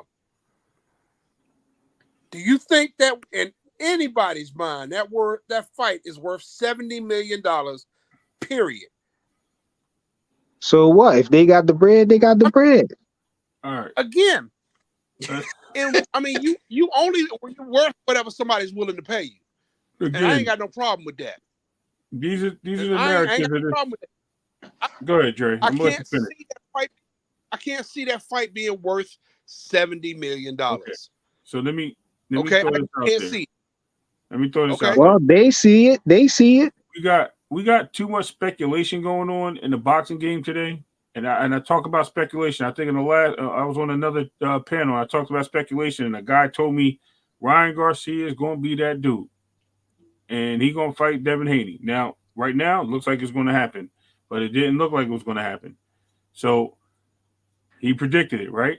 That was his cause. But we'll see what happens when the tables turn. It may not. We don't know. We don't know what's going on. So we got to stop foreseeing things and let things happen, because we got too much. When I say too much, we got too many things going on. We can't move all the pieces at once. We have to let things happen first. Devin and Tank is probably not going to happen. I've been saying this, and if it happens, it's going to be way too late. We're not going to want to see that fight. We're not going to want to see it. That's the issue. I don't care who's handlers. I don't care who's moving what. It is. But you say Shakur? Huh? I said Devin and Tank. Oh, Devin. Yeah. So as far as Shakur goes, that's the fight that most likely will happen. That fight. Shakur and Tank, you're saying? Yeah, that fight's been building up for. Shakur came out 2018, 126, and Tank had just moved out of 126, probably to 130, I think, at the time. And they were talking about them being head on with each other. They were both young in their careers, and they've been talking about this fight. So that was actually a buildup for years, believe it or not. And they always had respect for each other. So everybody wanted to see that. Now we're at the point where, Devin is kind of taking over that Shakur role, but Devin's not there. Devin's at 140. Let him stay at 140. These guys come up and fight him. They fight him. He's not going back down. So we can. Let me ask you a quick question about Shakur, though. Go ahead. Since Shakur is a 3-division champ, and he got the WBC belt up there at 135, do you think that he's the most deserving, to get that fight with Tank? I saw Rallo put some comments down there. He was saying that, but I think so because he lost his. Let me tell you first. I think because he lost his belt on the scale before he moved up. He moved up without a belt. And had one fight there. I think that it's other people in that division who, deserve it before him, who had, fights already in it. What you think? All right. So I'm going to counter your move now. Did you think Devin deserved a shot at Tzyu? Do I think Devin deserved a shot at Tzyu? When they were at 135 and Tzyu won those belts, did you think Devin deserved that shot? Oh, well, Devin had a belt. Yeah, Devin had the belt. So Shakur has a belt and Tank has a belt. So why wouldn't it be worth it? Well, because in Devin's case, nobody else had a belt, right? Okay, but my point is, nobody else has a belt anywhere else. They're all vacant until somebody wins them. They're vacant. He's the only guy with a belt right now. Oh, and we do got that dynamic that Tank is not really chasing the belts. Well, it doesn't matter. It's still a fight. It's money on the table. It's so many obstacles, man. It's crazy. Right. Yeah. I don't agree with that, but the whole exactly. So the whole point is, and I think everybody is kind of come to the conclusion is that these fights are not happening because exactly obstacles. This person wants this person won't concede to that, this person wants this person wants to jump over this hula hoop, this person doesn't want to run through the ring of fire. It is what it is. Listen, make the damn fights. Make the fights. Let's get it on. Make the fans happy. Let's get this relevant. We got too much going on that's not necessary, man. And we're only getting older watching it. I mean, shit. It was only a year ago when Tank fought, almost. I'll tell you one thing, though. Talking down on the fight is not going to help him get the fight made, though. What's that? When people talking down on the fights, though. I don't think those things gonna help getting the fight made. But that's always happened throughout boxing. We didn't always have social media. We had people talking in barbershops and you know what I mean, and sports television. Not explaining reasons why the fight shouldn't happen though. You know, usually they be talking about, you know, who the best, who they think will win and stuff like that. Do we really know what's going on behind the scenes, or we only know what's released to us in the public view of Twitter and all these things? That's what you got to understand. If we're going to speak on it, we're going to speak on it from what we see. We can't speak on what we don't see. So you're right. A lot could be happening in the background, and I hope it is. You know what I mean? That's what I'm saying. Exactly. We can only see what we can. We can't really go by that. Right. And we always got to leave an opening. We always have to leave a space in the room for the unknown. You know what I'm saying? To kick in and to give us the things that we're looking to happen, and we pray on the unknowns to be in the favor of what we want to see happening. You know what I'm saying? So we never discounting that, but unfortunately, if we're going to speak on something, we're going to have to speak on what we see, and what we see is here's what it comes down to at the end of the day.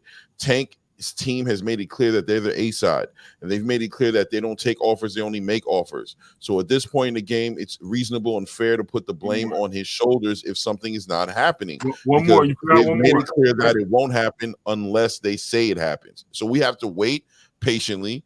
Devin Haney has to move on, do what he's going to do. Shakur has to say, Shakur's already conceded a long time ago that when Tank wants me, he'll reach out for me. You know what I'm saying? So at this point, when these fights aren't happening because of what his team has put out there as the way business works with them, we have to say it's not happening because they're not making it happen.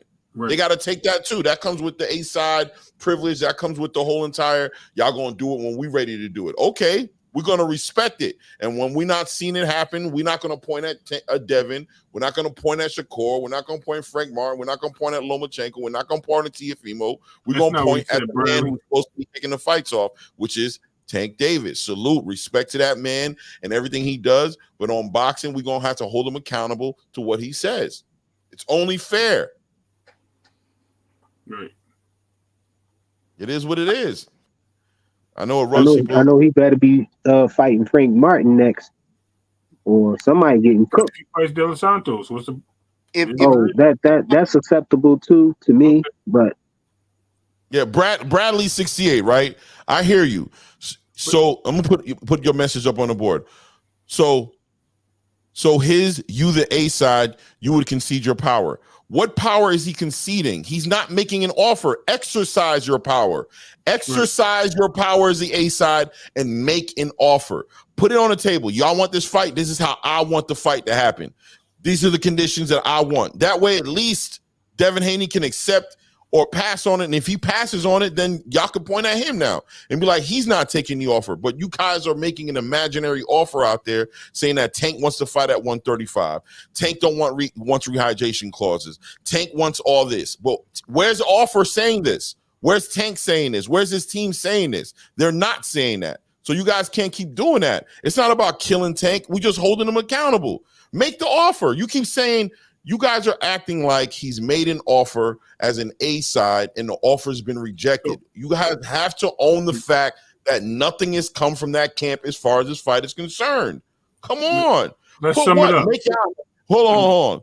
Make y'all ain't putting nothing on Devin. Put what on Devin? What do you want Devin to do? What is it that Devin hasn't done? Please speak on that. This is the problem we got to face, man. Tried to get the fight. You know what I'm saying? Even though they reached out directly to Tank, you know, they wasn't supposed to do that. He said, call out. For what? Y'all supposed to be sending the offer. Send the offer. Leonard LB said you can't send the A-sided offer. Let Inevitable D-Block get it in right quick. Hey guys, I'm gonna this is gonna be my last thing to say because you know I gotta go to sleep. I appreciate y'all so much. I love the content. Hit the subscribe button. Hit the likes. You already know what's up, man. We here right now. It's late, and we talking about something that we love and we need and we breathe. Boxing all day. So remember, guys, late June 2024, D-Block's coming out with his own show. I'll have my co-host. I'm on Twitter. Find me on Inevitable Agent Reina. Agent Reina. And I'm gonna let y'all know. Thank you so much for letting me be a part of this. And I'm gonna let you know like this. Like you said, all we want is the fights. And I'm the biggest Tank Davis Wahid bobblehead, whatever you want to call the hater of all time. I don't care. If I had to, where's it at? Oh, if I went and I got my tattoo like I did, like I said, like a man, and I had to give his name right here on his hand. That tells you I'm legit. And people could question that and say, why'd he do that? I'll tell you why I did that. Because I come with it and I'm real. I did my own thing. It's me. But I'm telling you, we are done of this sucker moves. We done of you giving me fake ass leather jackets. We done of you giving me fake ass VCRs in a box in this concrete. We done of that shit. We real. We want the fight, and we need to make it happen. And for you guys to be on here and talk the truth and be the truth, and all these cats want to talk and diss us for that shit, man, they need to look the other way because we come with facts. Yeah. Strong point. Salute. Real. So I just want to address something real quick. Now, Bradley 68. Go ahead. I'm trying to keep it a buck, and I'm trying to stay down the middle as much as possible because I'm talking boxing. I'm not even getting to the Danny. I don't even know where Bill came from. No one's mentioning Bill. We're talking about Devin and Tank. If they mention Bill or Coach Calvin, that's because they talk about making a fight. We got to stop bringing Bill and Devin conversations and Devin and Bill conversations. There are two different people. Only thing they have in common is the camp. Too much of that going on, man. And that's why everybody hates Devin, because they think whatever Bill says, Devin says. He might be behind closed doors, but we don't know that. Bill's he's promoting his kid. He's promoting his fighter. He's promoting the next fight that he's trying to get, regardless of what he's doing. No matter if he's calling out this guy and this guy going to pay him more money, because Devin's hot right now. No matter what you think, Devin's hot. People have been calling him out left and right. So, you know what I mean? You got to keep it a buck, man. And when you do these, and when you say stuff like this, and I'm not dissing Tank. I think Tank is probably the biggest fight right now. I think we did a poll. Tank and Devin is the biggest fight that can be made in the next 3 years. Right? Biggest in the next 3 years. Unless we get somebody that we don't know about. Andy Cruz goes undefeated and meets somebody else and whatever. But right now, okay, you hate Devin, but what? Who said you hate Devin? No one said you hate him. I didn't say you hate him. I'm dating y'all bias. He said I'm saying y'all bias. Bradley typing fast. He feeling the passion. Look, first of all, salute Bradley 68. For real, hold on. Salute Bradley 68. We really respect you sitting up in here. We really respect you sitting up in here holding us accountable. And I'm going to tell you the truth. At times, we may seem like we're getting on Tank a little too much. I understand where you're coming from. But at the same time, I think it's only fair that you also hold Tank accountable to a certain degree as well. If you're sick and tired of hearing us talk this way, man, tell the man to send an offer. Do something to show some interest in this fight. I'm telling you, he could even send an offer and say, I want it at 135. I want it like this. Send something, but to just sit there quiet and everybody puts all the pressure on the opposite side of the conversation when we've already heard directly from that camp that they're the ones who sent out the offers. That's it. Don't want to hate on the man. I'm a Tank fan. Is that crazy? I am, bro. But I want him to fight who I want him to fight, bro. That's it. Go ahead. I'm sorry, Ray. No, that's cool. I don't even know what Rollo talking. I might have said something he heard. I don't know. Just let me cook, Rollo. All right. My bad. But all I'm just saying is that you get these situations in the narrative. So what you're saying is that we're trying to be biased towards Devin. But when we ask the question, these are all questions I heard. Nothing here is a statement. Why isn't this happening? Why is he doing this? Why is he doing that? Why? Because every time we talk to a Tank fan, I go to Tank channels all day, and all I hear is Devin's too big. Devin can't fight at Tank can't go to 140. Devin ain't make enough money in his last fight. Devin, daddy do all the talking. Nobody likes Devin Haney. He's not the A side. Like, it's always more reasons. That's what we're saying. Why are all these reasons so hard when all these other people that talk about Devin, and then somebody says one thing about Tank, one thing about Shakur, one thing about Tio, then they're all bad. Matter of fact, I even heard this today. Oh, Devin fight nothing but old men. I'm like, hold on. Let's do a stat. How many 30-year-olds have Tio fought in the last 10 to 12 fights? Anybody know? All but one. That's 11 30-plus year olds. How many has Devin fought in the last 10 to 12 fights? 5. Go check BoxRec. Oh, you know what else? Oh, Devin fought his first 20 fights in Mexico. That's impossible. He fought 10 fights in Mexico in his first 20 fights. But yet they push this narrative. That's my point. Nobody believes in the facts. Nobody wants to bring it to the table. And then when I bring it to the table, I'm a fan of somebody. No, I am down the middle, and I'm trying to keep it a buck so everybody understands. I don't care about kumbaya. Sorry, Frequent. I don't care about that. What I care about is us having a conversation about the fight that's going to happen or not happen. And that's it. That's the whole thing. And we need to look at that and own it. If you're a boxing fan, it doesn't matter if you like Tank. It doesn't matter if you like Devin. You want to see the fight just like the other guys do, just like I do. So if you want to see the fight, stop with the narratives and the pushing and this and that and the weights and this guy has this. Those are just excuses. Let's keep it a buck. Yo, Tank, get I to was the about to table. say all they do is sit and throw excuses, man. Throw your offer out there, Tank. Let's get it done. Bro, we waiting on you. Because Devin made it clear that he wanted to fight. Tank made it clear he wanted to fight. What is the holdup? That's the question. I rest my case, bro. Church. Okay, man. can I get in for a minute? Sure. Go ahead, Dre. Now, I want to see the fight as much as anybody. I want to see the fight for all of the reasons. I want to see. I want to see. Who's talking? Andre. Dre. Big Dre is talking. Okay, you know the thing that says skilled labor is cheap and cheap labor isn't skilled. That's me. I'm an auto technician, and I had to get my camera off, and I wanted something other than that, just that plain old B. But like I said, I want to see the fights. I want to see the fights, no matter who they fighting, where they fighting.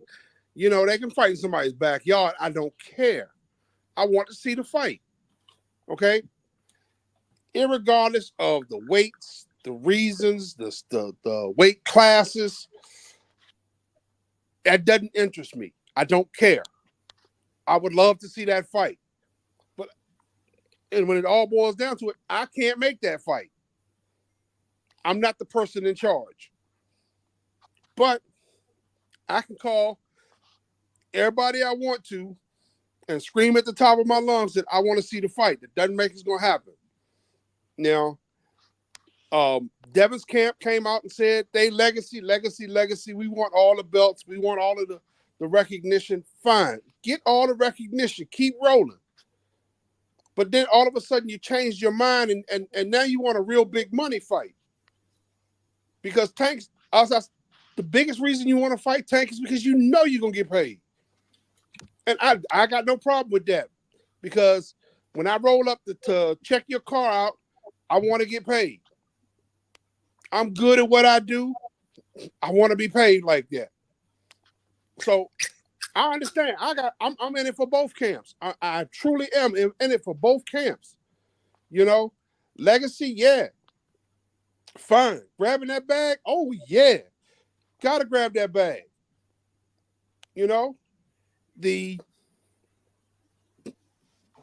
thought that I come in defending Tank for weight or for rehydration, I want to see a fight. Listen, if they get in there and beat each other's brains out, at the end of the day, I'm going to be happy. If they get in there, and as long as they don't do that, you know, Shakur De Los Santos thing and ride their unicycles around the ring all night, I will be happy. I have seen the improvements in Devin's fight game. Okay? When he fought Kambosos the first time, he had a bunch of chinks in his armor.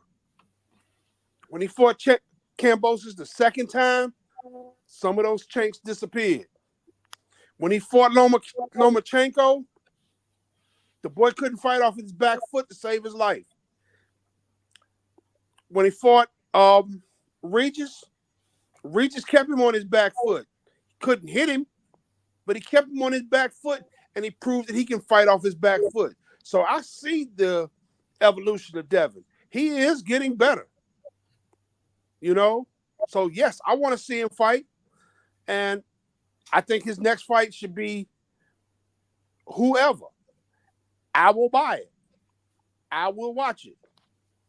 You know, put it on at 2:00 in the afternoon. Put it on at 2:00 in the morning. I'll be sitting in front of the TV or in a sports bar or wherever it takes so that I can see the fight. I want to see the fight. Church. Same with Tank. I want to see the fight. I don't care who he fights.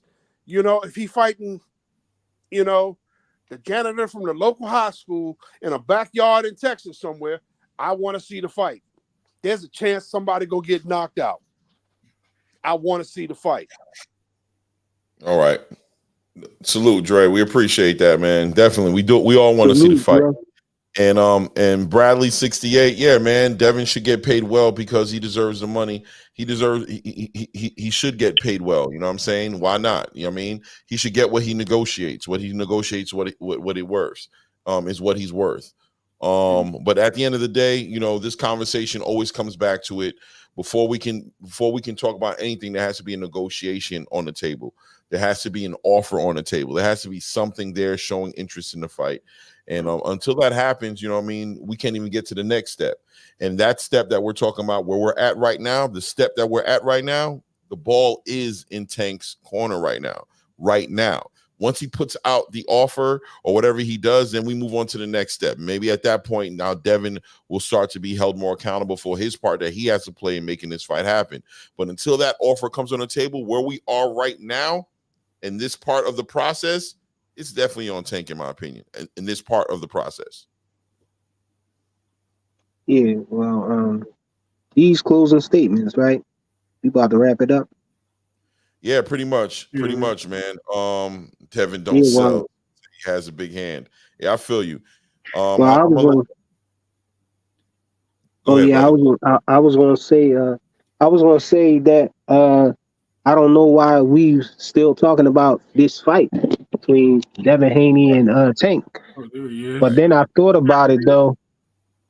And I realized, you know, we really don't know who Tank is fighting next, you know, and all we have about him fighting is something that came from the ops.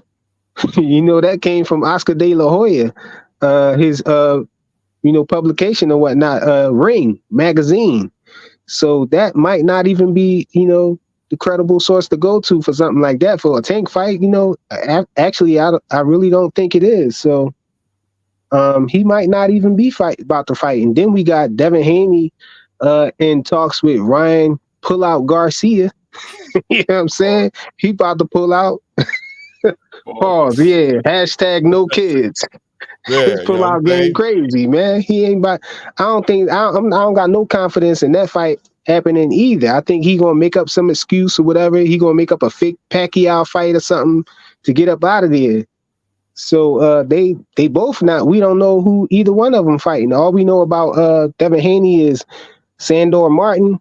But from what I'm hearing, he still have a few months, you know, before he'll be forced to fight that guy. So he can squeeze another fight in before we get to him. So I guess we do have this window here where Tank can fight Devin Haney.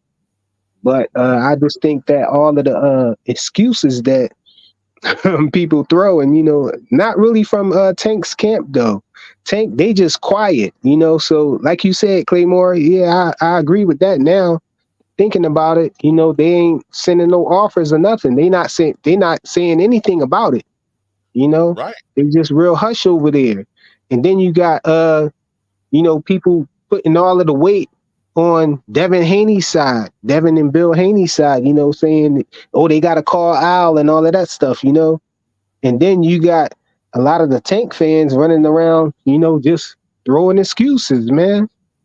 That's all I see them doing, is throwing excuses why the fight shouldn't happen, or why Devin Haney need to concede to something that Tank ain't even say. They didn't even put out an offer with any terms or anything yet, or be vocal about any terms or anything for him to concede to. You know, so right now it's just going down as excuses, man. I don't know why, but I just think about Street Fighter, man, and you know, Devin Haney fans, you know, on one side, and You got Tank fans on the other side, and they just, instead of them throwing Hadoukens, they throwing excuses. More Excuses. excuses. More excuses. Wow. And we just blocking all that. On the Devin Haney side, we blocking all that. Pop, pop, pop. And they just throwing excuses, man. They trying to send them all the way to different higher weight classes and everything, man. It's crazy out here, man, in these streets. But so the fight probably could happen, man. Up with you. More excuses. That's all you hearing, man. That's a good one, bro. Oh man, Great. That's a good one right there, bro. That's a good one right there. You killed that, right? That was actually pretty funny. All right. That was hilarious, bro. But we do got a chance, you know. I guess it's a slither of a chance that it could probably happen, man. So all we got is that hope, man. But it don't look too bright with all of that, man. The small talk and he need to move down and all of that stuff. Yeah. Well, it's like the fans are negotiating on the behalf of Tank. And let me tell you something else that you guys aren't realizing. When you guys are talking about all this weight bullying and you're talking about he needs to come down to 135 and you're talking about all these things, right? You guys don't match the energy of Tank, the guy who you guys are fans of. He don't talk like that. When he's talking about weight don't matter. 140 ain't why he's not taking a fight. He's not talking. He's talking about beating up Sean Porter, you know what I mean, at over 147 pounds. That's how he's responding to weight being an issue. And I just don't think you guys are paying attention. And I think you guys are thinking that we are really hating more than we think we are. What we're saying is you're saying all that stuff. Send the contract. If the weight's not an issue, send the contract. Put in whatever the conditions are that you need to make the fight. Put it in an official offer. Give it as an offer so that the people know what it is that you need to make the fight happen. And like I said, at this stage in the game, we're all waiting on the offer at this point. Right. Facts. All right. Let's get to the last words. Want to thank everybody for jumping in. Smash the like button if you haven't. Support the channel. Share it. Let's get us up to 500 subscribers soon. Let's keep it moving. Let's push this. Let's push the network for Claymore. Also, I want to thank. What's his name? The other gentleman, Clay. Brad. Oh, you talking about D-Town? Yes, not D-Town. I want to thank D-Town. I want to thank everybody in the chat. I want to thank Frequent. I want to thank. The inevitable D-Block. D-Block. Okay, hey, D-Town, D-Block. I take it all. Pause. Right, you better. Yeah, because I know Frequent laughing right now. Laughing at what? See? All right. He said that man said D-Town, D-Block, whatever. I take it all. Yeah, whoa. Pause. That's what he said. Pause. Oh, that one got past me. I ain't even hear that. It's late, bro. It's late. I gotta get up early. Listen, it's like 1 o'clock. But Big Dre, thank you for coming up. Thank you, man. Thank you. Manza Manza, salute. You know what I mean? Rollo, salute. Talk to me. Salute to you. Bradley 68, thank you for sticking with us and being real with your stance, man. I appreciate everybody that stands on that stone and they show where their loyalty is. That's cool. You know what I mean? So I respect that. You know what I mean? So everybody, thank you for coming in. The ladies, the queens, I don't know if y'all still in the building, but if you are, thank you for showing up. Y'all were the first in the building. Salute to y'all. Bradley. Slime. You know what I mean? see Bradley down there throwing excuses at him. Yeah, he's sitting there when Rollo said, "Please let me cook man. Bradley." I don't know. We in the last inning. We got a few people in the building. I don't know if I bring them, but y'all probably going. Now I'm not even monetized anyway, but I know y'all gonna be cussing and throwing shots. I already know. Somebody might even point the 9 out the window and let off 3 shots just to show that they real, bro. I don't got what it sound like? What it sound like? It sound like somebody gonna let off. You know what I'm saying? Right outside the window, bro. Make it hot out here, bro. All right. No, that sound like a switch or something, man. Well, Bradley says he don't curse. Bradley says he don't curse. Rollo, do you promise not to curse? Be honest now. Be honest, Rollo. Can you not curse? Rollo can't make that promise. Stop. Look at you. Don't speak for him. Don't speak for him. Let that man stand on his own. Can you commit to that? Come on, man. Put it in the chat, bro. Can you commit to not curse it? Keeping this PG. I can go get my 16-year-old son. I told you I'm always respected until disrespected. Bradley ain't cursing. He said he not cursing. Look, bro. Man, first thing he did was drop the mule kick. Can we do yo fellas? We're gonna do 5 minutes apiece. 5 minutes apiece. What's up? Close it out with 5 minutes apiece. Give him 3 minutes. 3 minutes. All right, 3 minutes apiece. Here we go. Drop the link. Here we go. Right, I just threw the link in there. 3 minutes apiece, man. 3 minute apiece. Y'all get at it. Get it out your system. Right. Let's talk about boxing. Drake, and Frequent, drop into the chat, man. We're gonna bring you back. We can or go to the back. All right, salute. Yeah. I'm jumping off. I gave my statement and everything. I'm gonna be in the chat, y'all.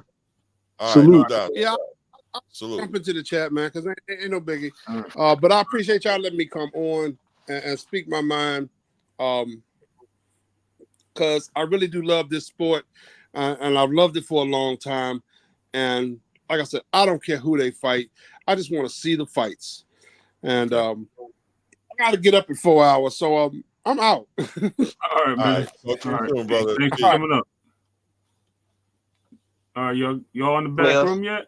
Okay, there he is. All right, you can yeah, there you go. Okay, here we go. Go ahead on, Rollo. Do your thing, Playboy. Wait, hold on. Let me just wait. Let me just hold on.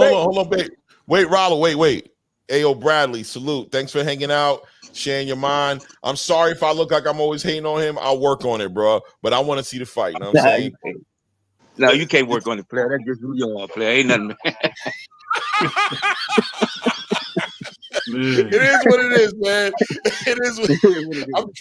I'm gonna try my best, man. Rollo, it's gonna be 3 minutes apiece, man. I'm gonna put the stop clock on. All right. What's the subject here? Well, yeah. What's the subject y'all want to talk about? He said I was making excuses. I ain't never making excuses, but go ahead on, Rollo. Okay, no. So this is about Tank Davis, and it sounds like Devin Haney fighting, and it sounds like Bradley 68 is going to be on the side of Tank Davis, and him not being responsible for the fight not happening. And it looks like Rollo Green's going to be on the side of holding Tank Davis accountable, and this not being Devin Haney's fault. Agreed? Are we agreed? Well, listen, I don't listen. Okay. I'm a boxing fan first. I've been watching boxing since the 70s, man. Okay. I'm not with I'm like down the middle. I think they both great. I don't know who would win.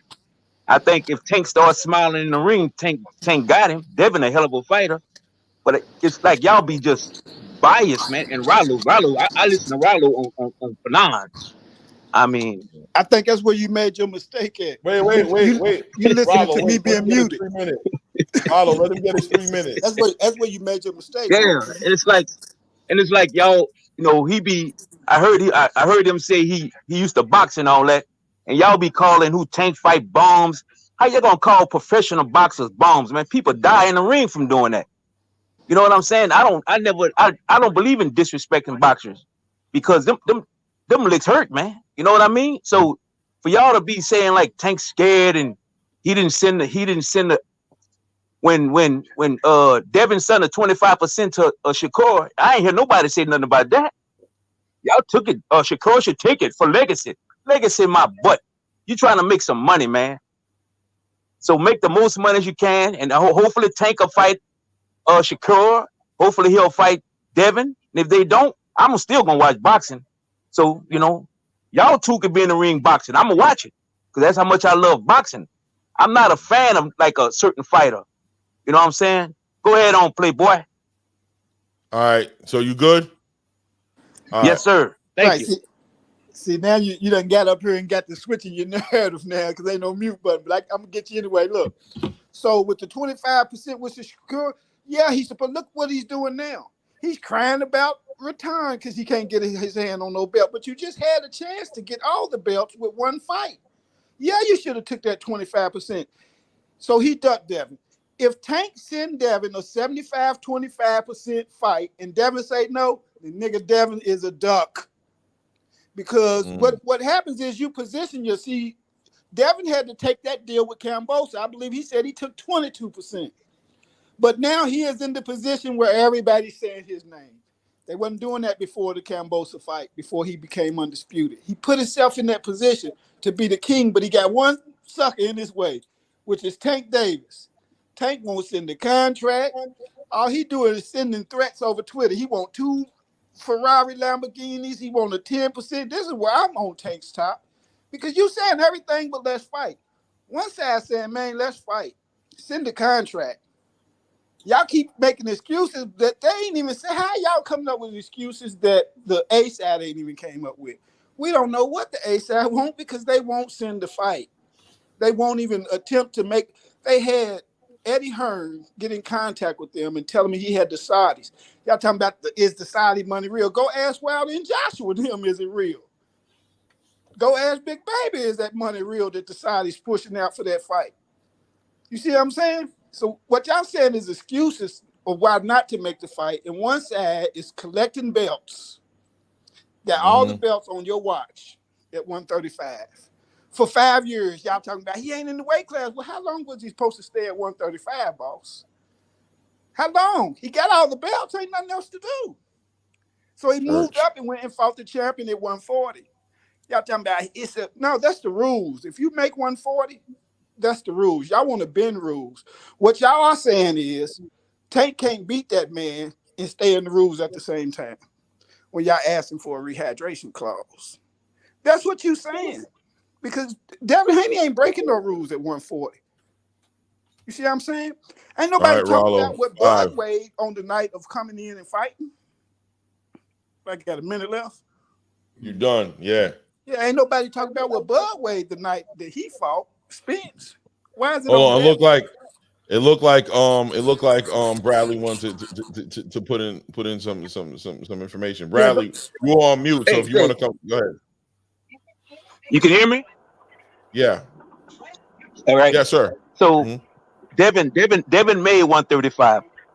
I would like to see him fight at 147 against Tank. With Tank, they both powerful, but Devin can make 135. If they offer Devin $20 million to fight Tank to make 135, I guarantee you Devin gonna make that 135.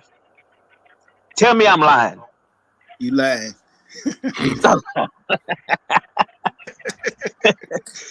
he can't make it, boss. You see him look like a skeleton. He can't make it, man. Yeah, he a big dude. I give him that. To me, he's too big for 140. He should be fighting at welterweight at 154. That's a big dude. That's another problem is y'all trying to put so many goalposts in front of that man before he can get to. Now y'all want him to go to 147. He only got one fight at 140, bro. He only got one fight at 140. Man, you know that's a big man, bro. I seen a picture of him today. His face is all fat. That's a big dude, bro. Come on, man. Stop that, bro. But if he's making 140, right? He's not looking like a skeleton. He's looking good. Then he's a 140-pound fighter. Tank fought at 140. Devin never fought at 147. So how is it that y'all were pushing for him to go to 147 and fight somewhere he's never fought at? But y'all ain't not holding Tank accountable to go. But y'all call him a 3-division champion because he got a Reggie belt at 140. But y'all, he's not in the same weight class. But in the same breath, tell Devin to go up to a weight class he never fought at before. It don't make sense. Hold up. Don't say they. Because if Tank say he want to go watch it fight him at 140, I ain't gonna say nothing. I figure Tank gonna be strong at 140. I know, so but I'm not one of the people that say they. Though. I know because that's a But if say me, if they telling me they're gonna give me a $20 million to fight somebody, I'm gonna do my damn to get down to 135. Yeah. And he don't need no rehydration clause. Let him come back, because the bigger he come back, the slower he gonna be in the ring. So I don't think if he come back at 135. I don't think he can make Yeah, it. he can make it, bro. He can make it. But the question is, can he be healthy? Can he be effective? Can he be a person who's going to be a competitive against a Tank Davis? And I think that's something he can say what he can and can't do. I think seeing him doing it and being him doing it is two separate conversations. I think Devin's made it clear, and I think we got to respect that. He's made it clear what he doesn't want to do. Tank hasn't said that he doesn't want to fight him at 140 or it needs to be at 135. Once again, once Tank puts out his information and puts the offer out and says what he wants, then we can start discussing as to what's fair and not fair, because I agree with you. I think he is the A side, and I believe that as the A side, he does have certain privileges. So if he wants to fight to be at 135, Devin will have to either accept that or pass on that and move on, and then we can go on to the next conversation as to whether or not you want to call him a duck or whatever it is. But until Tank makes an offer one way or the other, we can't sit here and just make up stuff and try to say like Devin not going down to 135 may be a reason as to why this fight's not happening. Tank hasn't communicated that the fight has to be at 135 yet. Guys, hold on one second. Huh? Go ahead. No, go ahead. Tank don't talk. Tank don't talk, so y'all should. Why y'all get upset? The man, he don't talk. Devin. Neither does Devin. Tank do talk, but he do talk though. Leonard Ellaby, Al Heyman, whoever it is that talks for him, speak for him. Right. I'm just saying, whoever it is, speak for him. Because I'm gonna tell you when they did talk. They talked when they said, "Don't send no offers over here. We the only ones who send out offers." They talked then. They had a voice then. So the same voice that they used to say what's not allowed to happen. Well, use that same voice to dictate what's gonna happen, and understand. Let me ask you a question. Let me ask you a question. Ain't all top boxers did that to an opponent, tell them what to do when they know they the A side? Don't they run the show and they dictate the terms? Every boxer that's at the top of the weight class does that. Yeah. So why y'all so harsh on Tank on doing it? So I'm not doing that. Let me touch on this. Let me answer this question. So whenever you see two fighters, whenever you see two fighters and they in the same area, so like they both big fighters, when have you ever seen another fighter that's like a really good challenger or a champion or somebody of the same stature take a large amount of money besides Floyd taking that fight with De La Hoya? They usually don't concede that much. They usually have like a 40-60 split, right? Right. He's not going to offer him that. He wants to get as much out of it. He despises Devin. There's a lot of beef and tensions there. We all know that. He's going to try to do that, take it from him. All we do is talk about, like I said, money, weight, what he ate last night, whose girlfriend was in the car. Like, it's always do anybody know the percentage that Ryan got? We just want the fight. What was the percentage Ryan got the other day? And the first thing he's like, he ain't bringing nothing to the table. What do you mean he ain't bringing nothing to the table? He's bringing a championship belt. I don't care if the belts don't matter. It's still a belt. That's boxing. That's what boxing is about. He's bringing Tank a bag. He's going to bring Tank a bag because when he gets in that ring, that's going to be Tank's biggest fight to date. So he's going. Let me ask you a question. Let me ask you a question. Listen to this. If Tank fights me at my 55-year-old age, they will sell out the arena fighting. He'll fight me. If Devin fights me, they probably be only the family in there. He doesn't sell, bro. That's the whole problem. He sells. But what's the point of that, though? He doesn't sell. Let me ask a question to you. Hold on, Ray. So what are y'all asking like that, man? About what you just said? What is y'all asking? You see what I'm saying? What are you hoping to get out of that statement? No. That's a bad question. No. Wait, bear with me, guys. Wait. Hold up. Hold up, guys. Wait. Everybody just chill for 2 seconds. 2 seconds. I really need to get Mind the Mansa Musa. He's been waiting. Let's let him get it. What he came to say right quick. Go ahead. Salute Claymore. Mind the Mansa. Definitely love the combo. But to say just because a fighter smile in the ring, the fight is over. Usually, when the experts say when you smile in the ring, that means you got hurt. And then on top of that, say you've been watching it since the 70s, you saying everything, but let's fight. This man got to do this. He got to sell this. He don't sell out. He just sold out his hometown. He just sold out his tickets. It's proof that they have opened up more room in the arena. You shaking your head. You saying everything but man say, Tank, go ahead and beat this dude up. Go ahead and get rid of him. Go ahead and fight him. I understand they're in 2 different weight classes, only 5 pounds apiece. The man been up there at 140. Just a year ago, they were saying that this man pillow fisted. He ain't got no chin, this, that, and the third. But they seen what he done to Regis. It spooked him. When I say it spooked him, it spooked him. Tank was knocking out people in spar. And sparring is supposed to be heavyweight and all this stuff. Now y'all got every excuse in the book, bro. Y'all got every excuse in the book. You can't send Tank no contracts. Linda Ellerby already made sure that they said everything, did everything, but sent an offer and said, man, let's go ahead and fight this dude. Yeah. I'm saying, do anybody know the Ryan split? What Devin's asking for? Do anybody know the split on that fight between Ryan and Tank? It was a $5 million split, if I ain't mistaken. What you call them? Tank got two most of it, but Ryan got like $2 million. But on the back end, that's how they got that 30 from the pay-per-views. I know it, but the deal up front was what? So what you just said was a 60-40 split, then, right? If I ain't mistaken, yep. Okay. Yeah. That's all Devin want, the same thing. I understand what the old school saying about coming down with the weight, but I'm gonna tell you something. Tank losing his A-side status cause for one, he ain't fighting nobody, and for two, Devin taking all these risks fighting these people now. You still shaking your head, but I want to see the fight.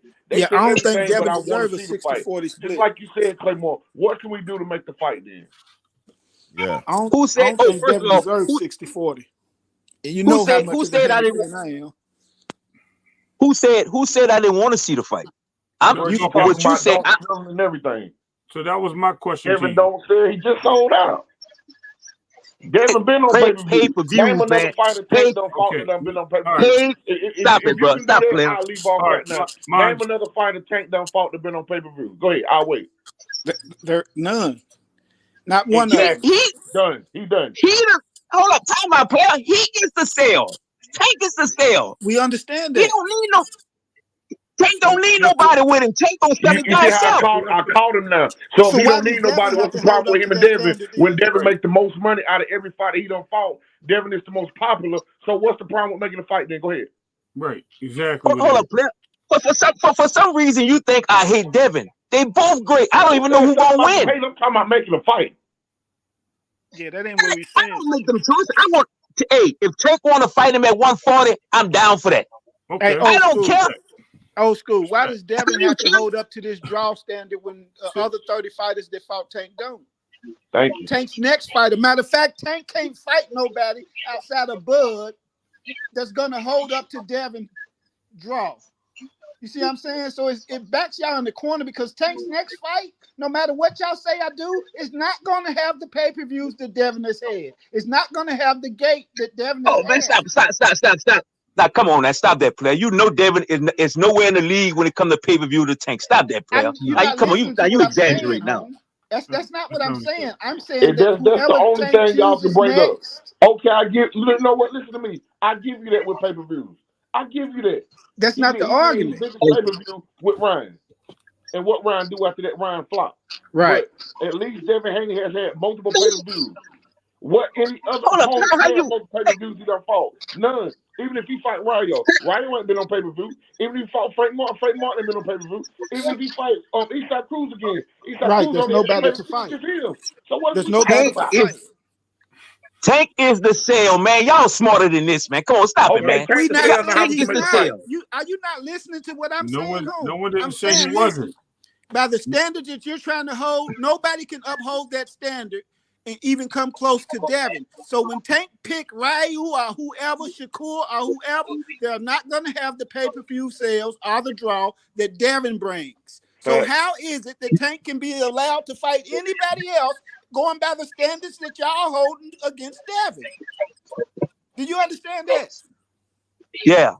So now what? Tank might as well retire because nobody can hold up to what y'all asking Devin to do. You see what I'm saying? Oh, yeah. I see what you're saying, but player, Devin is a great fighter. I ain't I talking don't even know about Devin. I'm talking but about Devin Tank's don't listen, ex-wife. man. Devin, Tank make the rules. The person with the money make the rules. Tank got all the money right now. Cap. So what Tank Cap didn't mean, man? make What as Cap much mean? money. Ain't no opponent that Tank fought into Ryan made more money than Devin Haney was giving his fighters. That's a proven What fact. Cap mean, man? That's a What proven Cap mean? that means you Cap mean capping. lying, man. Cap mean you lying. But listen, all right. But what I'm saying is, who is Tank going to fight next that has sold a bigger gate than Devin? Who is Tank going to fight next that had more pay-per-view buys than Devin? There's nobody at 140 or 135. I think if Tank fight, if Pitbull get past Rolly, that'll be a big sell. No. And it will be. And listen at me, I agree You're on that. absolutely right. But I can agree on Pitbull that ain't too. never had a pay-per-view or headliner a night. Here's the Pitbull a Mexican, man. I understand that. That's why I said it will do good numbers. But there's no fighter at 140 or 135 that's even pay-per-view or that even headlined a fight, is what I'm saying. There's nobody for him to fight that's going to do the numbers that Devin brings. Yeah. I would like to see him fight. If they fight at 140, I'm cool with that. I don't care about no weight. But the man with the gold make the rules, and Tank got the gold. I agree with that. So send the 75-25 split. And listen, if Devin turns man, you know Devin ain't taking that. That's all I'm saying is send something. Send something, Devin man. ain't taking that.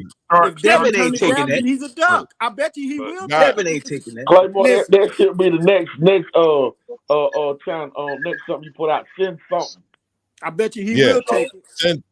Well, when we see it, we'll believe it, and we'll be here for it. But guys, we go out to shut it down. You guys, you know what I mean? We could do a little closing statements. Let it out, you know what I mean? Get out your last minute. Don't make it too long, and we gotta go. You know, we've been on for a minute, man. I really appreciate you guys showing up. And Bradley, I hope you come back around, man. I really appreciate I'll be back. Your input. Yeah. I really do appreciate it, man. I think you are a solid. Y'all older cats. I like talking to older cats. I don't like to be on them channels where you got a lot of young guys. So I'll be back. Yeah. I appreciate your perspective, man. I really do appreciate your perspective. Thank y'all. Bradley, yeah, what's happening, player? Where you go, man? Yeah, what's happening? I want to say thank you for, like I said, standing on yours, man, because you have good points, and to both sides, you know, you made a strong gesture on a lot of things. So I respect that. At the end of the day, and I respect you coming to the channel because we're trying to do everything right, man. We're trying to talk about boxing, and we're trying to keep it boxing. We really not trying to have the the extracurricular, but we always let everybody on the panel because everybody has an opinion, and we want to hear what the opinions are and from the fans. So we definitely we allow that to happen, and we appreciate you, man. We really do. I'd like to thank y'all for letting me come on, and y'all keep up the good work. Hopefully, y'all page will grow bigger and bigger, man. Hey, sir. Go tell Fernand about that easy work now that you said I was. I don't. Rollo. That name is Rollo. Rollo, I didn't do you like I did Blue. You caught it easy. I let Blue. I gave it to Blue.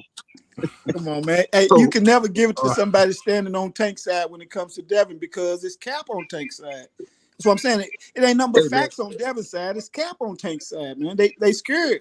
They know what happened in that sparring match when Millionaires was betting, and they're not going to lose their cash cow to the Haneys, who tricked them, took all the Mayweather's knowledge, and then ran off and started their own promotion company. This is what it's about. It's building them going against the machine, man. You know what I'm saying? That's all it's really about. All right. I can't argue that because I don't know nothing about that, player. Okay. I know about boxing. That's it. There you go. All right. That's what's up. All right, y'all. Let me get the closing statements. Go from there. Go ahead, Rollo. Oh, Rollo jumped off. Go ahead. Bradley. Yeah. I'd like to thank y'all, man. I appreciate it. Keep up the good work. Thank you. All right. Thank you. Appreciate it. For real. Mines. Oh yeah, man. Definitely, man. I ain't been too long. Got off. Hadn't been listening for a while. I said, as soon as I get off and get around that noise, I'm gonna jump on. But definitely appreciate you guys, Claymore. You got an amazing channel, my brother. It's growing. You trust me, you're gonna get there real soon. Nothing but good and great content coming from y'all. Coming from you, Claymore. I appreciate it. Thank you, guys. Peace. Thank you, man. I appreciate you, man. Peace. Man, what a night we had, Ray. We're going to close it up. It was fun. It was good, man. It got some speed. It got some momentum. I appreciate it. I appreciate everybody who came on the panel, man. Thank you guys for keeping it. You know, that's what we're talking about. Adults, men speaking their minds and disagreeing without a doubt. You know what I'm saying? About how they feel, but understanding that we need to respect has to be the foundation. And once respect is established, everything else falls into place. Appreciate you guys. You know how Thank you guys, man. What's up? All right, man. We good? All right, peace, good, man. Let's wrap it up. Salute.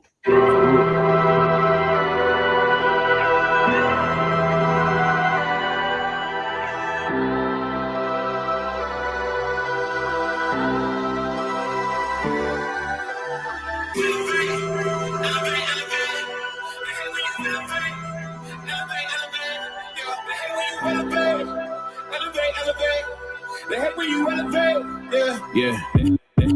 They hate when you elevate. The second of losses, I'm handing them out, yeah. How to go delegate. It feel like I'm floating, I'm lost in the moment. I swear I could levitate. They never believed that I would really fly. I had to go demonstrate. I had to set them straight. They hate when you elevate.